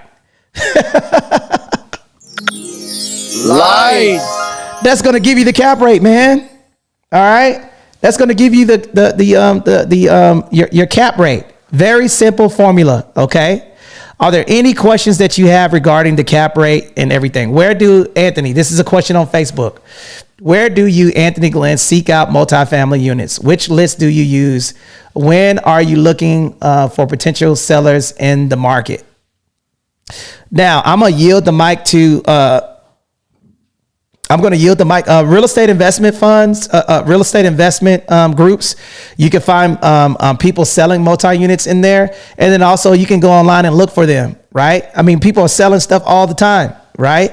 So the fundamental difference between single family homes and multi-units is that, you know, it's a little bit different because the valuation of the value of the property. Single family homes are evaluated off comparable sales, and commercial real estates, 5 or more units or strip malls and all of that stuff is determined on how much money they can generate. So if you're looking for multi-units, you're going to have to go through a couple of them to find, but there's people always selling stuff. Okay. I like to look at if I'm going to be interested in multi-units, I'm going to look at, what's in the area. Okay. Why would I, what's the demand for this stuff? And right now there's a mass shortage of housing. So this is a really good time for people to get in and buy property and then rent them out. I don't care what you do. Start with something. If you're getting the information in here, at least you know how to do the math. Now it's going to be up to you for you to get out there and get the units. And if you don't want to do it by yourself, do a JV, joint venture with people, right? There's so many ways to get into real estate, but it's so intimidating by people. They're like, oh, I don't know if I should do it. I'm scared. Well, scared money don't make no money, Jack. You got to get out here and shoot your shot. Then if you follow these steps, these 9 essential steps that we're giving you guys, you're not going to make any mistakes. Right? And then when you get in the unit, you make adjustments. But one thing that you can't get back is time. All right. So are there any questions? Hopefully I was able to answer your question on Facebook. Any questions? Okay. Any questions? Sabrina, thank you. Erica, how you doing? Erica. Miss Erica, how you doing with that PTR? What you up to? Where you checking in from, Erica? I'm from New York. I'm sorry, I'm at work right now. I'm just listening in. Man, you know you ain't supposed to be at work on Clubhouse. You're supposed to be getting some work done. I know this is good information. Security? I'd like to speak to the supervisor of Erica, please. She's out here malingering. All right. She's supposed to be at work. She's out here trying to get her multi-unit so she can win in real estate, Jack. Absolutely. All right. Thank you for joining us, Erica. Thank you for checking in. Mitch, how you doing, brother? Mitch Miles. Mitch, are you here? Brother Mitch, going once, going twice. Sold to Freight King. Freight King, what's going on, brother? How you doing today? I'm here. All right, Mitch, what's going on with you, brother? Where you checking in from? Hey, brother. Jacksonville, Florida, original from Baton Rouge, Louisiana. Baton Rouge, Louisiana, baby. Y'all be having that Cajun shrimp down there and that boudin down there in those parts down there. And some. All right, man. Tell y'all previous quarterback, man, to quit stealing shrimp, man. What's going on with y'all, man? Y'all be doing crazy stuff in New Orleans, man. Y'all be eating gator tongue and gator back and vertebrae and all types of other crazy stuff down there in Louisiana, man. Shout out to my brothers and sisters from the South with an F, South. All right, man. Move, baby. Indeed. Freight King, are you here? Freight King. All right. James Sims, what's up, brother? Brother Sims, man. How you doing, man? Where you checking in from? James Sims. Going once? Going twice? All right, man. We're gonna come back to you guys. Let me do a quick room reset. You guys are in the Winning Real Estate House. Shout out to all of my Twitter friends, SITREP podcast friends. We got a couple of more steps. Everything else is pretty easy, man. We got assessing the finance terms, calculating the cash flow, evaluating the cash on cash return, considering other factors, and perform sensitivity analysis. Everything else is easy once you know the math, guys. And then we're gonna throw a little bonus in there. So here's what we're gonna do, guys. If you guys want to know all of the administrative stuff that you guys need to know to underwrite property, the admin stuff, like the paperwork that you need to protect yourself, put a 1 in the chat because we'll run through that really quick. Put a 1 in the chat if you guys want to know the paperwork that you need in order to make sure that you guys stay out of trouble when you guys are buying these multi-units. Put a 1 in the chat. All right. OB, Sabrina, Mimi, I see you. Hannah, I see you. Okay. Nabel, I see you. Okay, all right. So let's get over to it. Let me see if I got some new friends up here that I need to introduce. Orion, how you doing, brother? How you doing this morning? Orion, are you there? Man, y'all just rocking out. Sir. All right, man. Where you checking in from? What state? Kansas right now. Kansas, outstanding, man. Well, thank you for joining us to this space. I appreciate that. Have you subscribed to the YouTube channel yet? Yes, sir. That's where I started. Hey, that's legit, dude. Hey, I love that, man. I appreciate that, guys.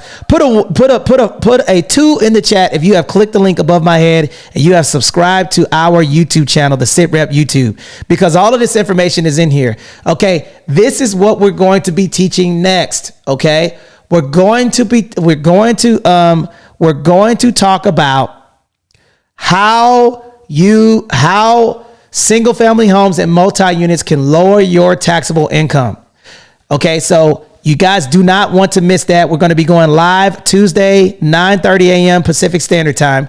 We're going to be kicking it like a sensei in here, talking to you guys about some tips and tricks to lower your taxable income when you're buying these multi-units and why you can leverage. And an example will be depreciation. Okay. Depreciation. Now, what I would like to do, Hannah, are you here? I want you to Google something for me, and I want you to read it for the people. Can you do me a favor? I sure can. Go ahead. Hannah, what I would like for you to, I want you to go in Google, okay, in your T-Mobile Sidekick, all right? And I want you to Google forced depreciation and accelerated depreciation. Put that in the chat right now. Forced depreciation, accelerated depreciation. Okay. We're going to cover that. And the reason why I'm talking to you about this, why do you think all of these people that have a lot of money buy real estate? Because it lowers their taxable income. Okay. All right. The IRS favors three people, charities. Okay. Charities are 501c3s, 508s, religious bodies and things of that nature. And what else are they called? Not nonprofits, but what's another word for nonprofit, y'all? I'm drawing a blank. What is it called? Charity. Charities. And no. There's something else. Foundations. That's what I was looking for. Foundations. Okay. The IRS favors charities and foundations and religious bodies. Okay. So they get big tax breaks on income. Real estate. Okay. They favor real estate because of why? I say this over and over and over again. Why does the IRS favor real estate? because you get taxes from municipalities that help support social functions, social systems, I should say. Bingo. Property taxes pay what? What do property taxes pay for? Roads. Schools, roads, judges, police stations, fire stations, schools. Right? So the IRS is going to get the biggest tax break because it creates revenue for the county and city. Okay? That's how they get paid. So as I'm talking about this stuff and you understand, you know, people and infrastructure, the reason why we're telling you guys this stuff, right, is because, listen, the vacant houses, the reason why they have land banks, okay, Bruno, can you do me a favor and Google land bank? Okay, Google land bank for me. Bruno, are you here still? Okay, yeah. Hannah, let me know when you have the definition of accelerated and forced depreciation. And let me know. Just say I got it and kick it.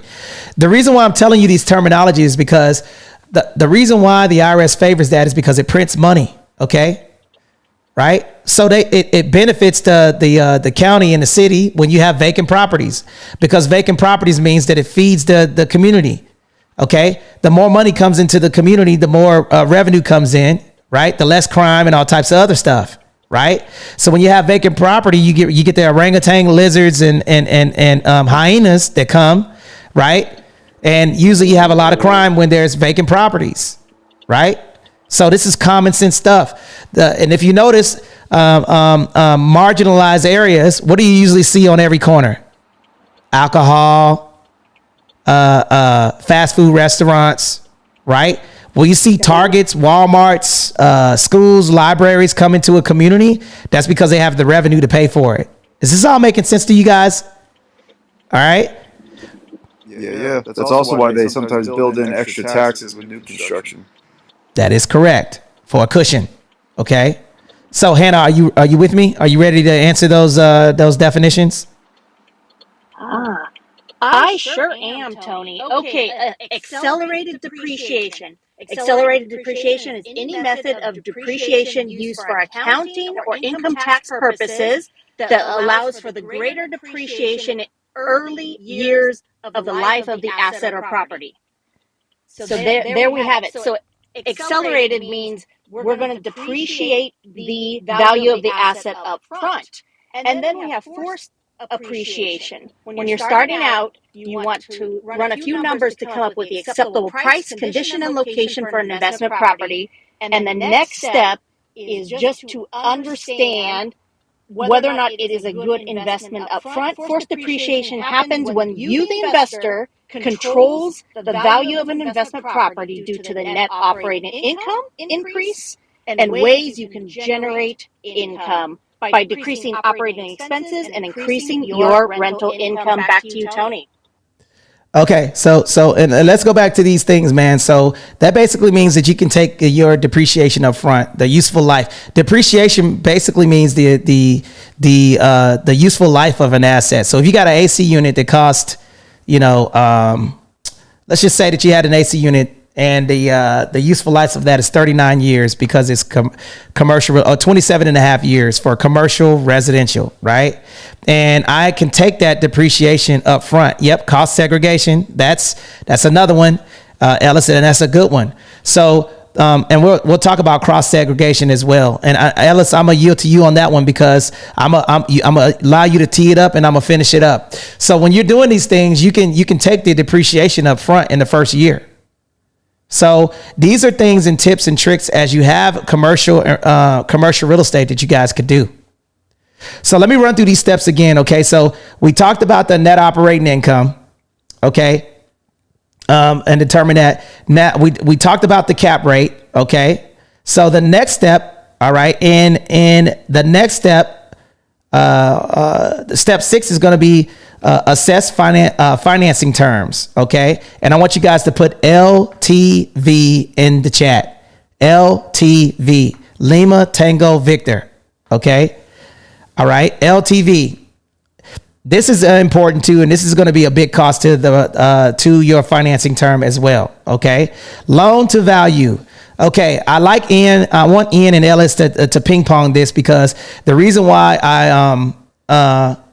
I want to do this and explain this scenario is because I want people to understand how this works. Okay, so here's how the loan to value works, and we'll do a little bit of math. If you plan on financing a property, you kind of want to know this. If you're going to finance a property, you're going to consider the loan terms and the interest rate and the amount of the loan. Okay. So can somebody on stage give me an example of loan to value? What formula? What is a formula for loan to value? Anybody know? Okay, so it's the loan divided by the appraised value, the market value of the house. It's whatever you have financed divided by the amount that the property is worth. Okay, Bruno, you wanted to jump in? Yeah, I mean, I was going to say that, you know what I mean, and like the easiest way to kind of understand it. So if you have, a property that is worth $100,000, then you getting a loan for 80,000, right? That's an 80% loan to value. Very easy formula. Okay, Bruno, can you put that in the chat, please? Right. So that's the formula. Okay, so you want to know the financing terms and the interest rate because that's going to affect what? That's going to affect what? What does that affect in this process? Anybody know? Your expenses. It's going to affect your expenses. Okay. It's also going to affect everything, right? So your financing term and understanding the loan to value is going to tell you how much money that you're going to need to come up with and all types of other stuff. And it's also going to affect your cash flow, right? And that's going to lead to the next step. And down payment requirements too. And down payment requirements. Boom, bingo. Okay. So let me recap the steps, guys, so you guys are following along with me. All right. Step 1, calculate the gross potential income.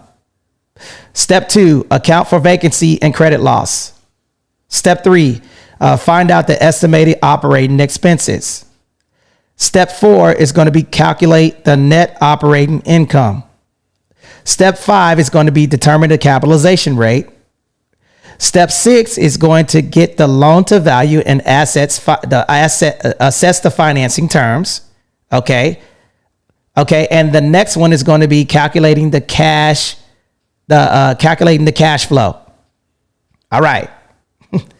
This is very simple. Now, I told you if you can get past the net operating income, okay, and you can get past the EGI and the cap rate and the LTV and the money that you got down in the maintenance schedule, it's going to be very easy for you to do everything else. Okay. Let's talk about the cash flow. Okay. The cash flow is subtracting the annual mortgage payment from the net operating income. Okay. Again, Hannah, put this in the chat. The cash flow is going to be subtracting the annual mortgage payments from the net operating income. That's going to be your cash flow. All right. And then Ellis, you're ahead of me. The next one is the cash on cash return. Now, Ellis, do you want to talk about the formula for cash on cash return? And I'll break it down even further. Sure. So basically, when you have underwritten a deal and it's determined how much you're going to borrow, so what's left over is how much actual cash you have to put in the deal. And then what you're going to do is you're going to calculate the annual return of that investment based on the cash that you put up. So if you put in $100,000 down payment and you're getting $50,000 income after all expenses and loan and everything, your cash on cash return is based on that. So that would be a really good return on your money, right? So that's how you determine your cash on cash return, and that's why the LTV is important, because the less you have to put of your own cash in a deal, the higher your cash on cash return is going to be. Bingo. Okay, so let's use this $2 million example. Okay. We're going to stick with the $2 million example. Okay. We already know we got a 15 cap on that property. Okay. So can you guys help me do this? Let's go step by step. So how would I evaluate the cash on cash return? Remember, I already know all of my numbers, right? So we have a $2 million purchase. We got a 15 cap, right? Our net income is $300,000. How would I do the math on this with a $2 million purchase? Let's do it together. Okay. So you guys got an example in the chat. Okay. Ellis, Ian, y'all want to help me? Yeah, I got it. Okay. All right. $2 million purchase. All right. We know the net operating income. We know the cap rate. We know all of the numbers. Okay, and let me make sure you guys understand this. Your cash on cash return, you do the formula by dividing your annual cash flow by the initial cash investment. So on $2 million, okay, what would I normally have to put down in the basic scenario? $2 million purchase. What do I have to put? How much? 400,000. Why do you come up with that number? 20% down. There you go. All right. 20% down. Okay. I want to buy a $2 million multi-unit. I need to come up with 20% of that. That's $400,000. Okay.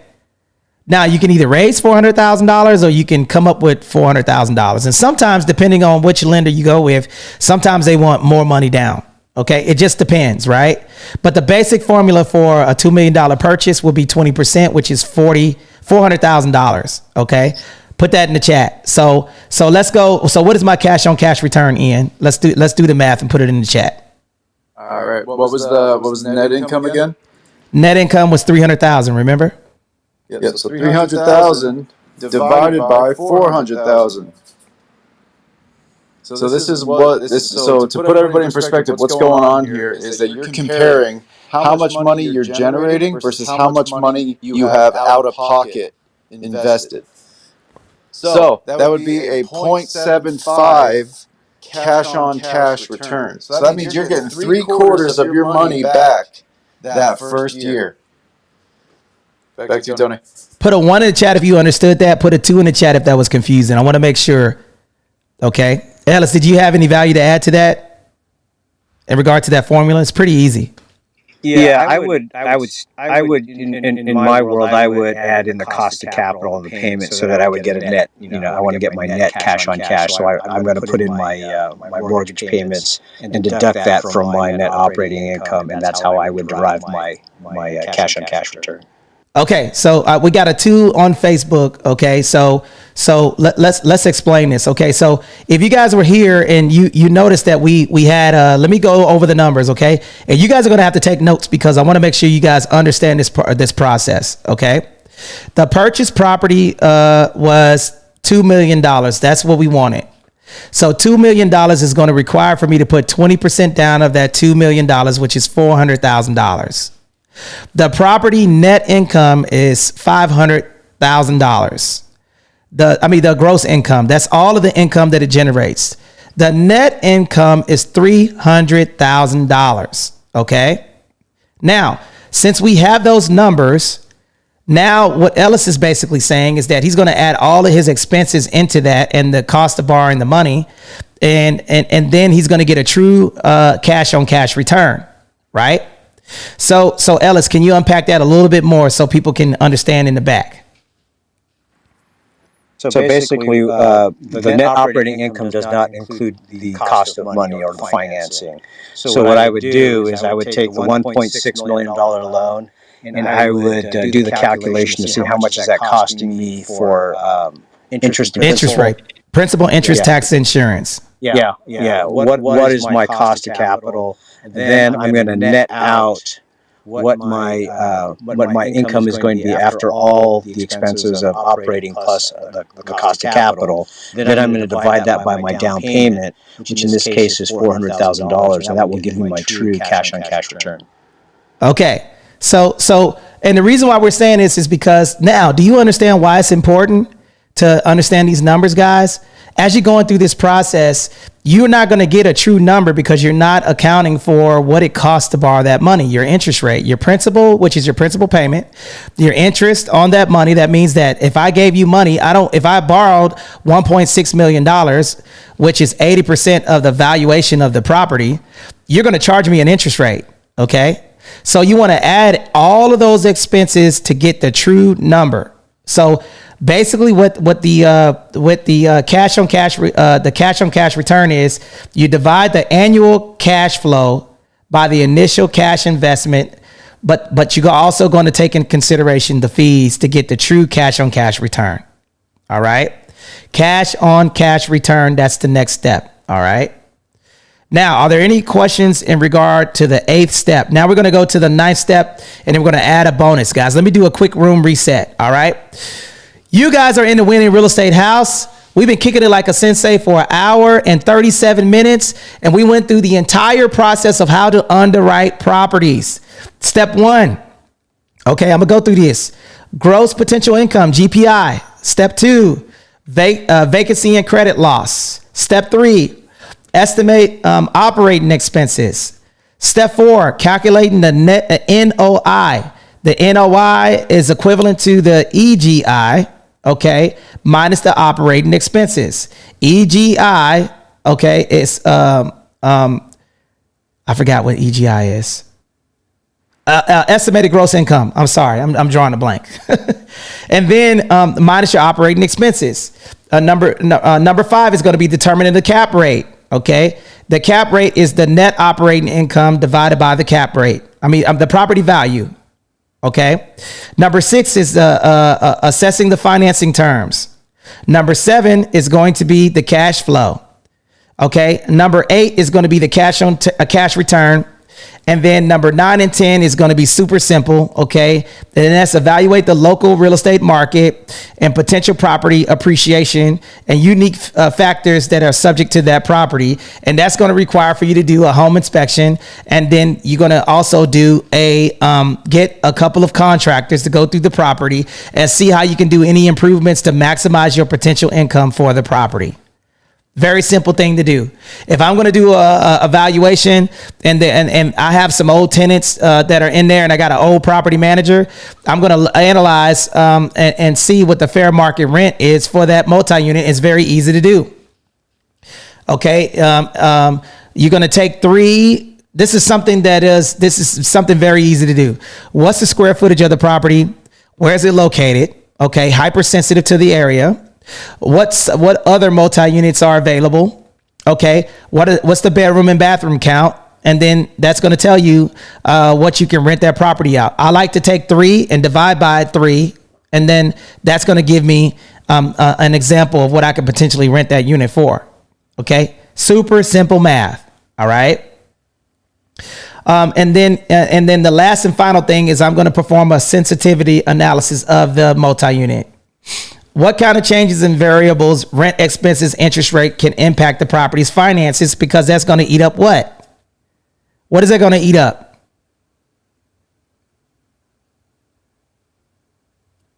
Cash.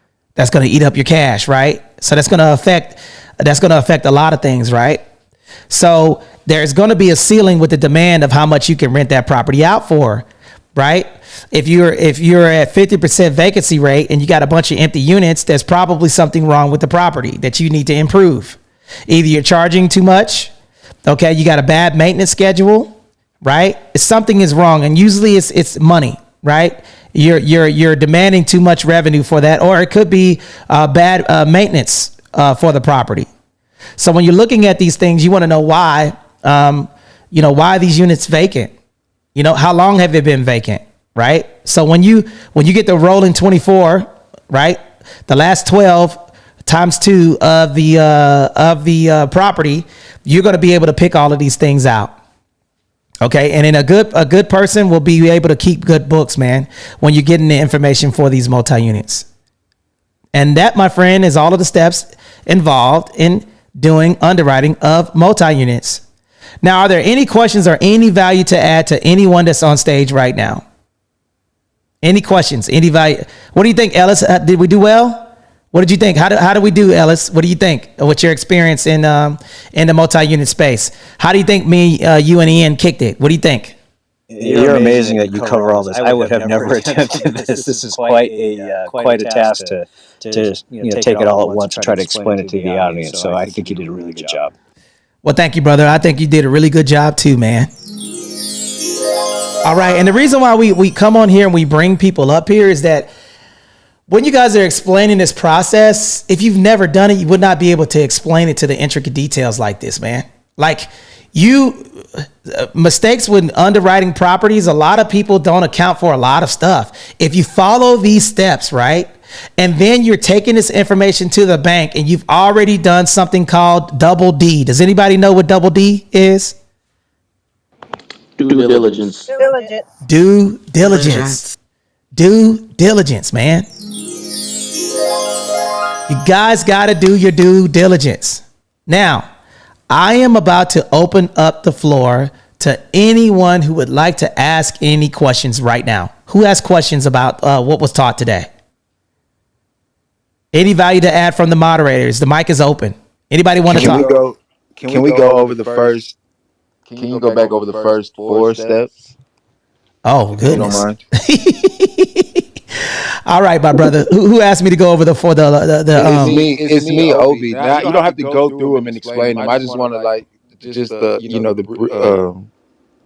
don't know, just a simple description. Tony, just list it out, man, and then that way you can go back and do the replay. Yes, I'm gonna give you all of the steps. Okay, you cannot go. Listen to me, guys. Click the link above my head and look at me. You cannot go wrong if you follow these steps. The reason why people mess up with buying properties is because people skip steps. If you go step by step, this is going to make sure that you do not skip anything. Okay? Do not go to step 10 without doing step 1. Go step by step. This is the way to go through the property and not make any mistakes. Okay? Now, here it is right now. Number 1. No, actually, no, but put a 1 in the chat if you guys want me to run through the steps right now. Put a 2 in the chat if you guys don't care. You're ready for me to get off of here. Put a 1 in the chat if you want me to run through the steps again really quick so you guys can list them out. Put a 2 in the chat, and it'll take me less than a minute to run through them. Okay? I want to make sure that because I'm going to run through them again. Here's what I'm going to ask you guys to do. How many shares do we have right now? We got 124 impressions in the chat. 132 people came through the room today. 51 here right now. How many shares do we have right now? Can anybody tell me? Because I can't see them on the system I'm on. Anybody? Can y'all tell me? Can y'all see the shares? How many shares do we have? So on my end, I'm seeing 13. Okay, man, this game, I only got 13 shares. Can we get that up to 20 right now, please?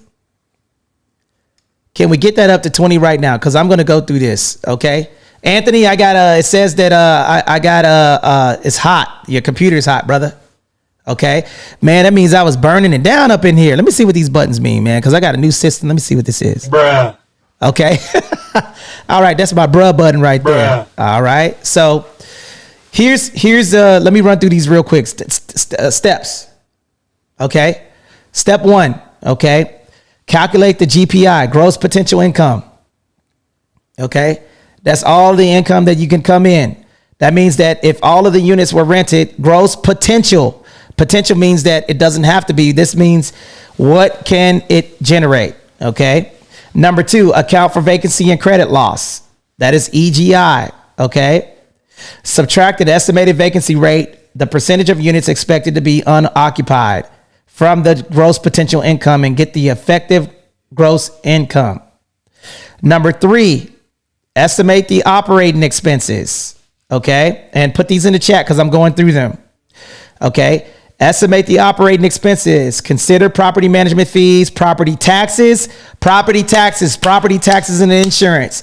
Number 1 and 2 is taxes and insurance that people don't account for. Maintenance, utilities, and other expenses associated with property ownership. That includes principal, interest, tax, insurance. That includes financing.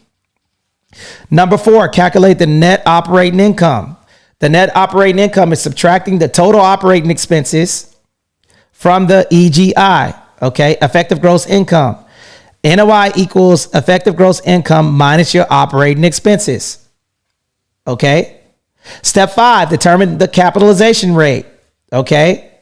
Research the market and find the appropriate cap rate for similar properties in the area. That's the first thing. What is a good cap rate? What's their occupancy rate? Okay. Then you're going to divide the net operating income by the cap rate to estimate the property's value. Okay. Assess financing terms is step 6. Okay. If you plan to finance the property with a mortgage, consider the loan terms, the LTV. Number 7, okay, calculate the cash flow. Number 8, evaluate the cash on cash return. Number 9, consider other factors, the real estate market by analyzing the appreciation and subject to the market, maintenance schedule, and future development potential. What can you do to increase the value of the property? And then number 10, the sensitivity analysis, which was a bonus because there's only really 9 steps that you got to do. Those are the steps in order to do to underwriting commercial real estate. Now, here's a quick bonus, guys. All right. As you guys are going through this process and you're doing the underwriting of your properties, one of the fundamental things that I always ask people to do is to run a home inspector that is going to check the big 6 in the property. Can anybody tell me what the big 6 are, the most expensive things to fix in a property? Plumbing, heating, air, roofing, foundation, electrical. Plumbing, heating, air, electrical, foundation, and roof. After you do that, then you're going to take that and then you're going to get 3 contractors to run through that property to give you something called a SOW. So what is SOW? Anybody know what that stands for? Scope of work. Scope of work. That scope of work is going to tell you everything that you need to know before you get into that deal. Okay, what is the scope of work? And that's going to be an intricate breakdown of what the cost of materials are going to be, what the payments are going to be with the payment schedule. If you need to improve the property, if you're going to improve the units, you got a good scope of work. And then you're going to take that scope of work and you're going to look at your home inspection to make sure that you have a good analysis of what the improvements are going to look like.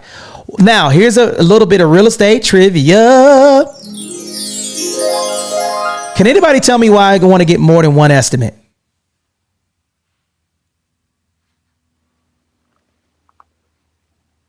To compare your options. It is important that you have at least 2 to 3 estimates on everything so you can compare what the fair market value of all those improvements are going to be.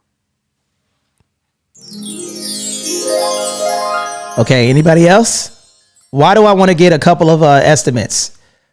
Okay, that's good. You're absolutely correct. Why else? Can anybody tell me why I want to get more than one? Well, I want to know. I want to get as many eyes on the situations because I want to see have the best options I have to discover all of the problems. There you go.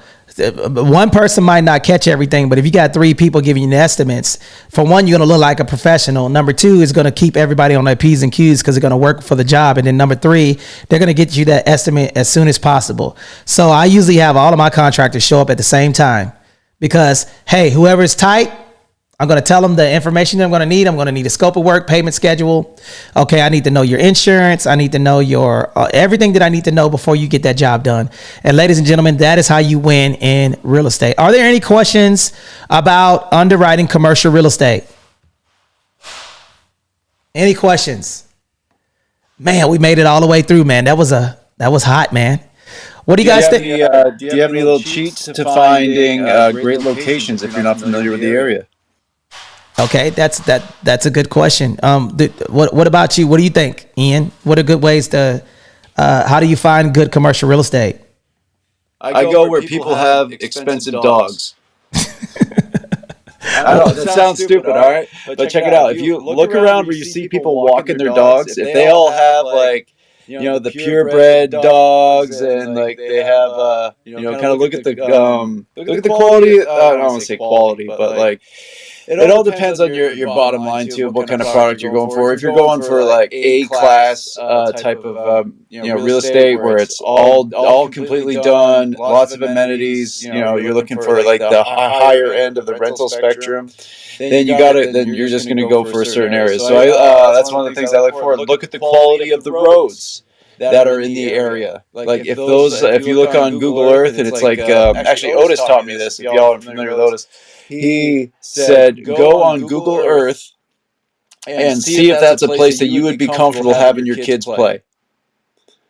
And if it's not, then, I mean, you got to look at it from a different perspective to see what kind of business you're going into it with. And lastly, somebody also said, look out for Whole Foods, Barnes and Nobles, and Starbucks. See if they're in the area. All right, back to you guys. Okay, so that's a good thing. So and guys, man, we've been burning this thing down so much. This is a couple of things that I do, man. I'm gonna look for major. I'm gonna look at the demand. I mean, there's 4 economical things that create value in properties. Do y'all know what they are? Starts with a S: scarcity, transferability, utility, and demand. Is the property scarce? That's going to drive the demand up. Okay, I like buying properties near military installations because I know that there's a good turnover and they got good tenants. I also like buying properties near really close to schools. Okay, good residential areas, shopping plazas to where people can easily access stuff, right? Because typically when you have the power that be, Walmart, Target, places like that, then if they're put in that area, there's a demand for them. They've already done the underwriting for you. There's a huge demand. And usually if they're putting big companies like that in areas, right, that means that there's a certain amount of people there. I think it's 100,000 people. If there's 100,000 people in the area, you'll get a Walmart. Is it 100,000 or I can't remember. But I like buying properties where there's a demand, is it safe? What do I want to raise my children there? I mean, there's so many factors that can, but you can get a property in a crappy area that has a high demand. It just depends, man. It depends on what you're going to be able to stomach. But I will tell you, I've made a lot of money. I have one multi-unit that is paying me $42,000 annually, and I got a single family property that's paying me $50,000 annually. So it just depends on what you're able to stomach. Okay. Are there any questions about what was taught today? Now I want to do. Yes, go ahead. Jump in, sister. Can you repeat, if you don't mind? You were talking about the SOW and you said the payment schedule and you named 2 other things that we should look for. And I didn't get those last 2. Okay. Scope of work. Okay. So the scope of work is basically going to give you, that's like the scope of work is almost like the blueprint of what the contract is going to do. And the reason why you got to have a good scope of work is because, I'm always talking, man. Why is the scope of work important? Bruno, Ian, Sierra, or anybody on stage? Ellis, anyone? I got it. So the scope of work is really, really good because what the scope of work does, sorry, Bruno, man, you can fill in anything I forget. Scope of work, it's really, really good because it gives you a standard that you're asking your contractors to quote. You say you want X, Y, and Z done. You want the house painted, you want the floors redone, and you want the new roof put on, so that each contractor knows X, Y, and Z what they have to do and quote, so that way you're comparing apples to apples with these contractors, so you're getting a fair comparison between each contractor, because it's not fair or effective to give conflicting information to try to compare people to one to the other.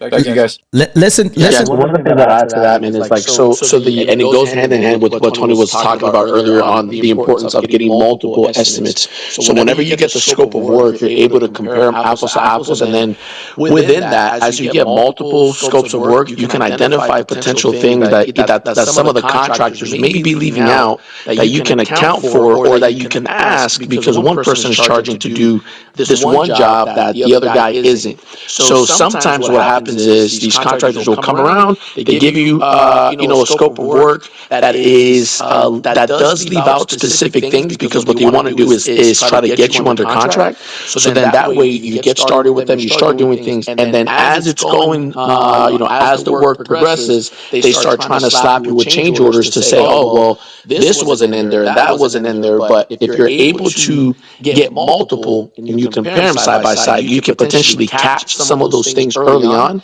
to really get a full scope of work so you can understand how much it's all going to cost you up front. And then you can go back and check people's honesty on it so that you will prevent yourself from, from that pitfall of being stuck with paying all this extra stuff when you've already started. Because like one guy that gave you the lowest bid could have only been lowest because he purposely left out other things from the scope of work.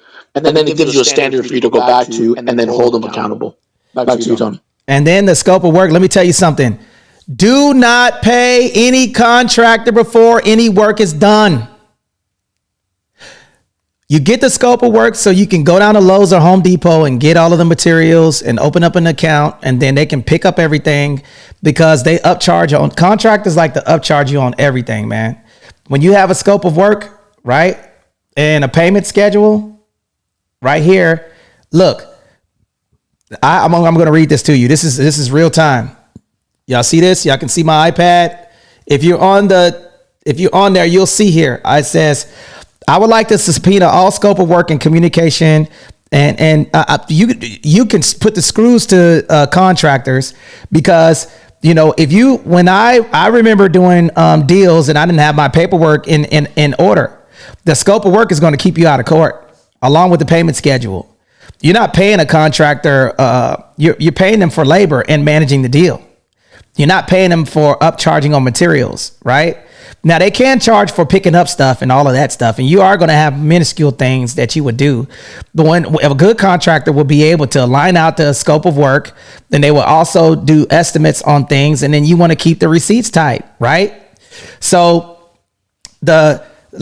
example would be, let's just say you got 4 quarters, okay? First quarter is going to be doing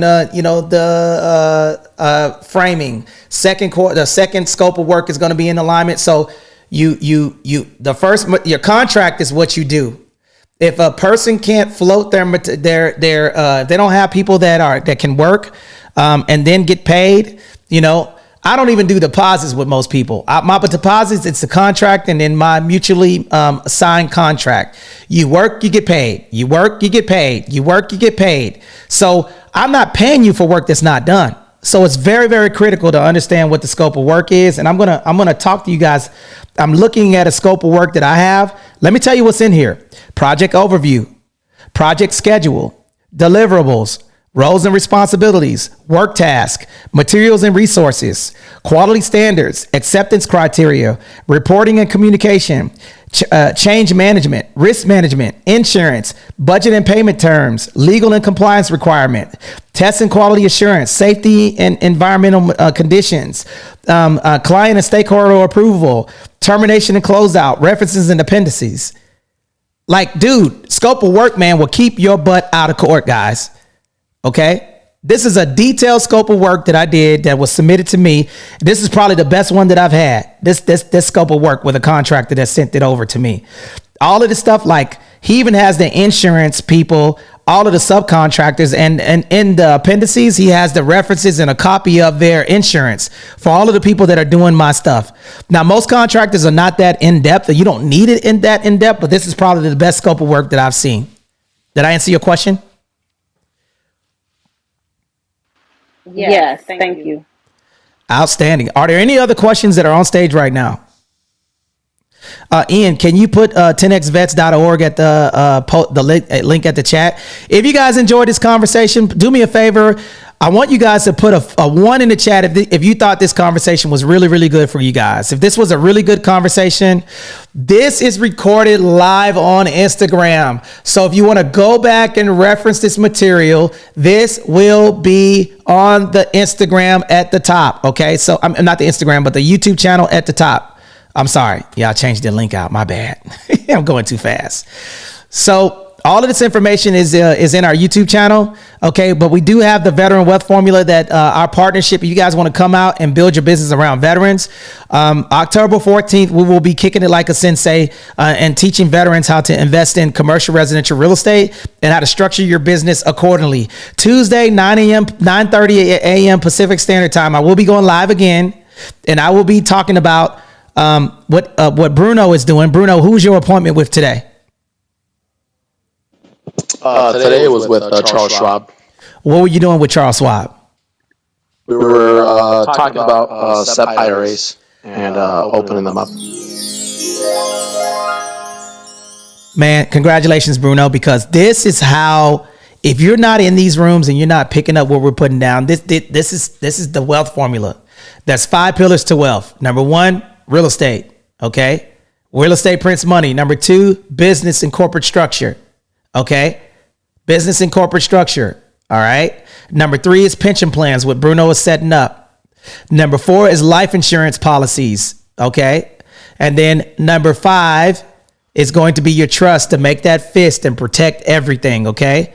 So right now, if you guys are looking at me on YouTube, Facebook, okay, take that hand. Okay. Those are 5 pillars of wealth. Take the hand, ball it up right now, open it up, smack yourself in the face and get to winning, baby. Let's go.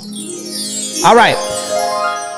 Click the link above, register for the free veteran wealth formula that's going to be in sunny Southern California for 14 October.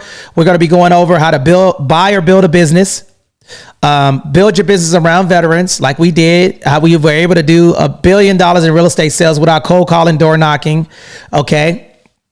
And then also the VA Loan Masterclass, how to partner with veterans. So if you're looking to buy that $2 million multi-unit with no money down, click the link above and register. If you want to do a joint venture and do a cash out refinance of that multi-unit after 210 days of after the first mortgage payment and buy more units, click the link above my head and register, guys. This has been a phenomenal room. Anybody have any questions or any comments about what was taught today? Want to make sure you picked up everything that we taught. Anybody on Facebook or YouTube have any questions? All right, Bruno, Hannah, Ian, take us out. All right. Yeah, I'll start it off. And what I want to do is I want to thank everybody for tapping in today. I want to thank you for making the decision to do something for yourself.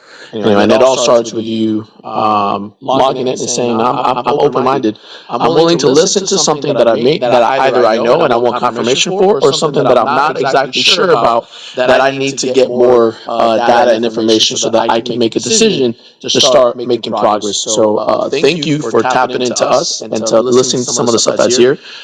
So thank you for believing in yourself and investing in yourself and giving us the opportunity to be the ones to add value. So make sure you guys are coming back. That's the biggest thing, right? So come back, take notes, but most importantly, take action, right? So you hopefully you're coming back because you're hearing things, and eventually you're gonna reach that day where it forces you to go ahead and do something different and actually take action. So you can be taking notes, and it's good. Read them, but don't stop there. Actually actually do something about it. So, excited to hear whenever you guys come back. Over to you, Ian.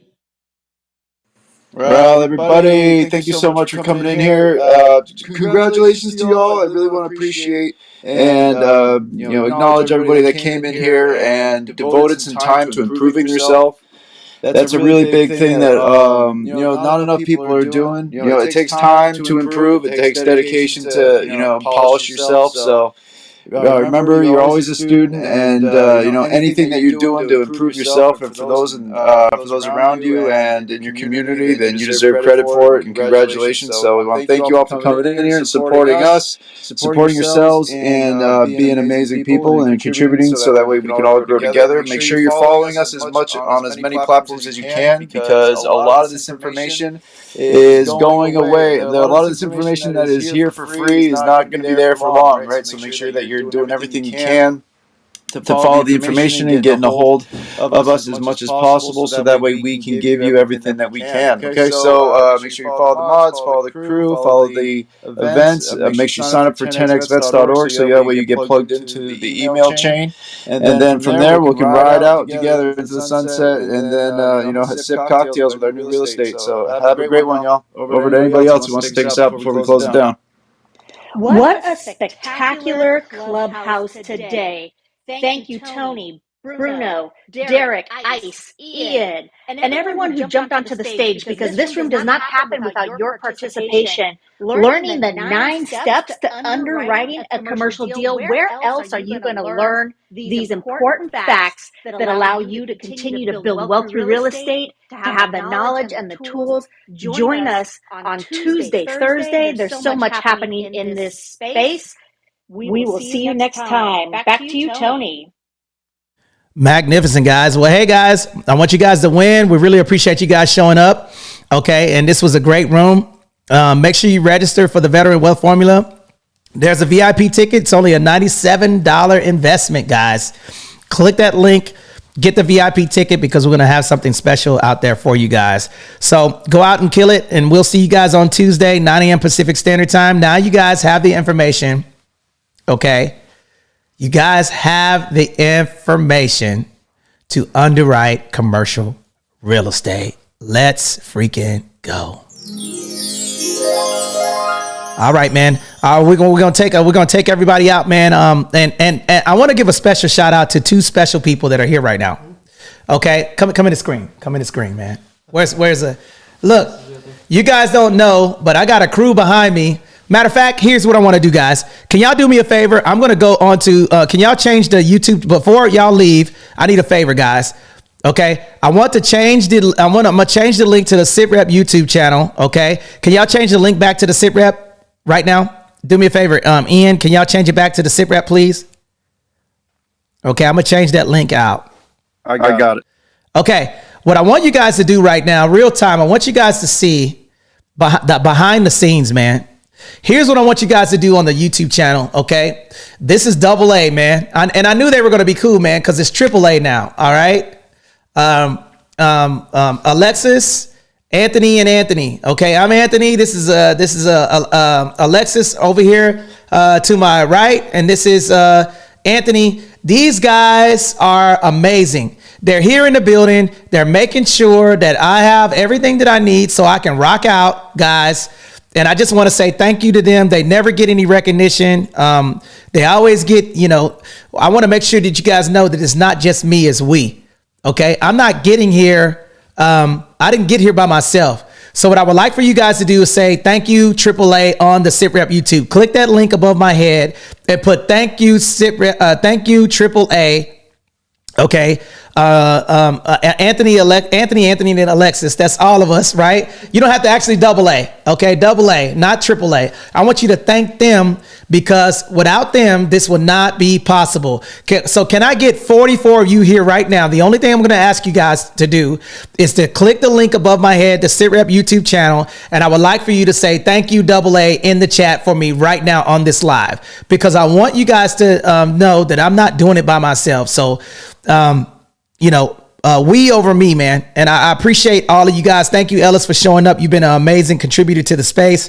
Thank you, Yolanda, for following the assignment. Can I get more? Thank you, AA. I see Yolanda and Ellis. We got 44 people here. Can you, man, show some love, y'all. Put thank you in the chat right now on the SITREP YouTube. Can y'all do that for me? I'm looking at y'all. I know y'all are still hanging out here. Can I get thank you by clicking that link above my head and just saying thank you on the YouTube live right now? Okay. We really, really appreciate you guys. Thank you. You guys are amazing. We really appreciate you. And we'll see you guys Tuesday, 9:30 a.m. Pacific Standard Time. I'll probably be here since I got my setup. I got to invest. How much is this computer, man? Close to $5,000. Man, these guys got me spending $5,000 on a daggone computer, man. I'm about to go out here and become a stripper, man, and be Tasty Cakes. Bruh. $5,000. I got to get a new computer, man. So right now, man, I need y'all to send a donation. All right. Phenomenal room, y'all. I'll talk to you guys soon, and then go crush it, y'all. I got some thank you AA's. There it is. They're coming in. I appreciate you guys. Thank you, Pill Method. Thank you, KO. Thank you, Yolanda. Okay. Really appreciate you guys. All right. Have a great day.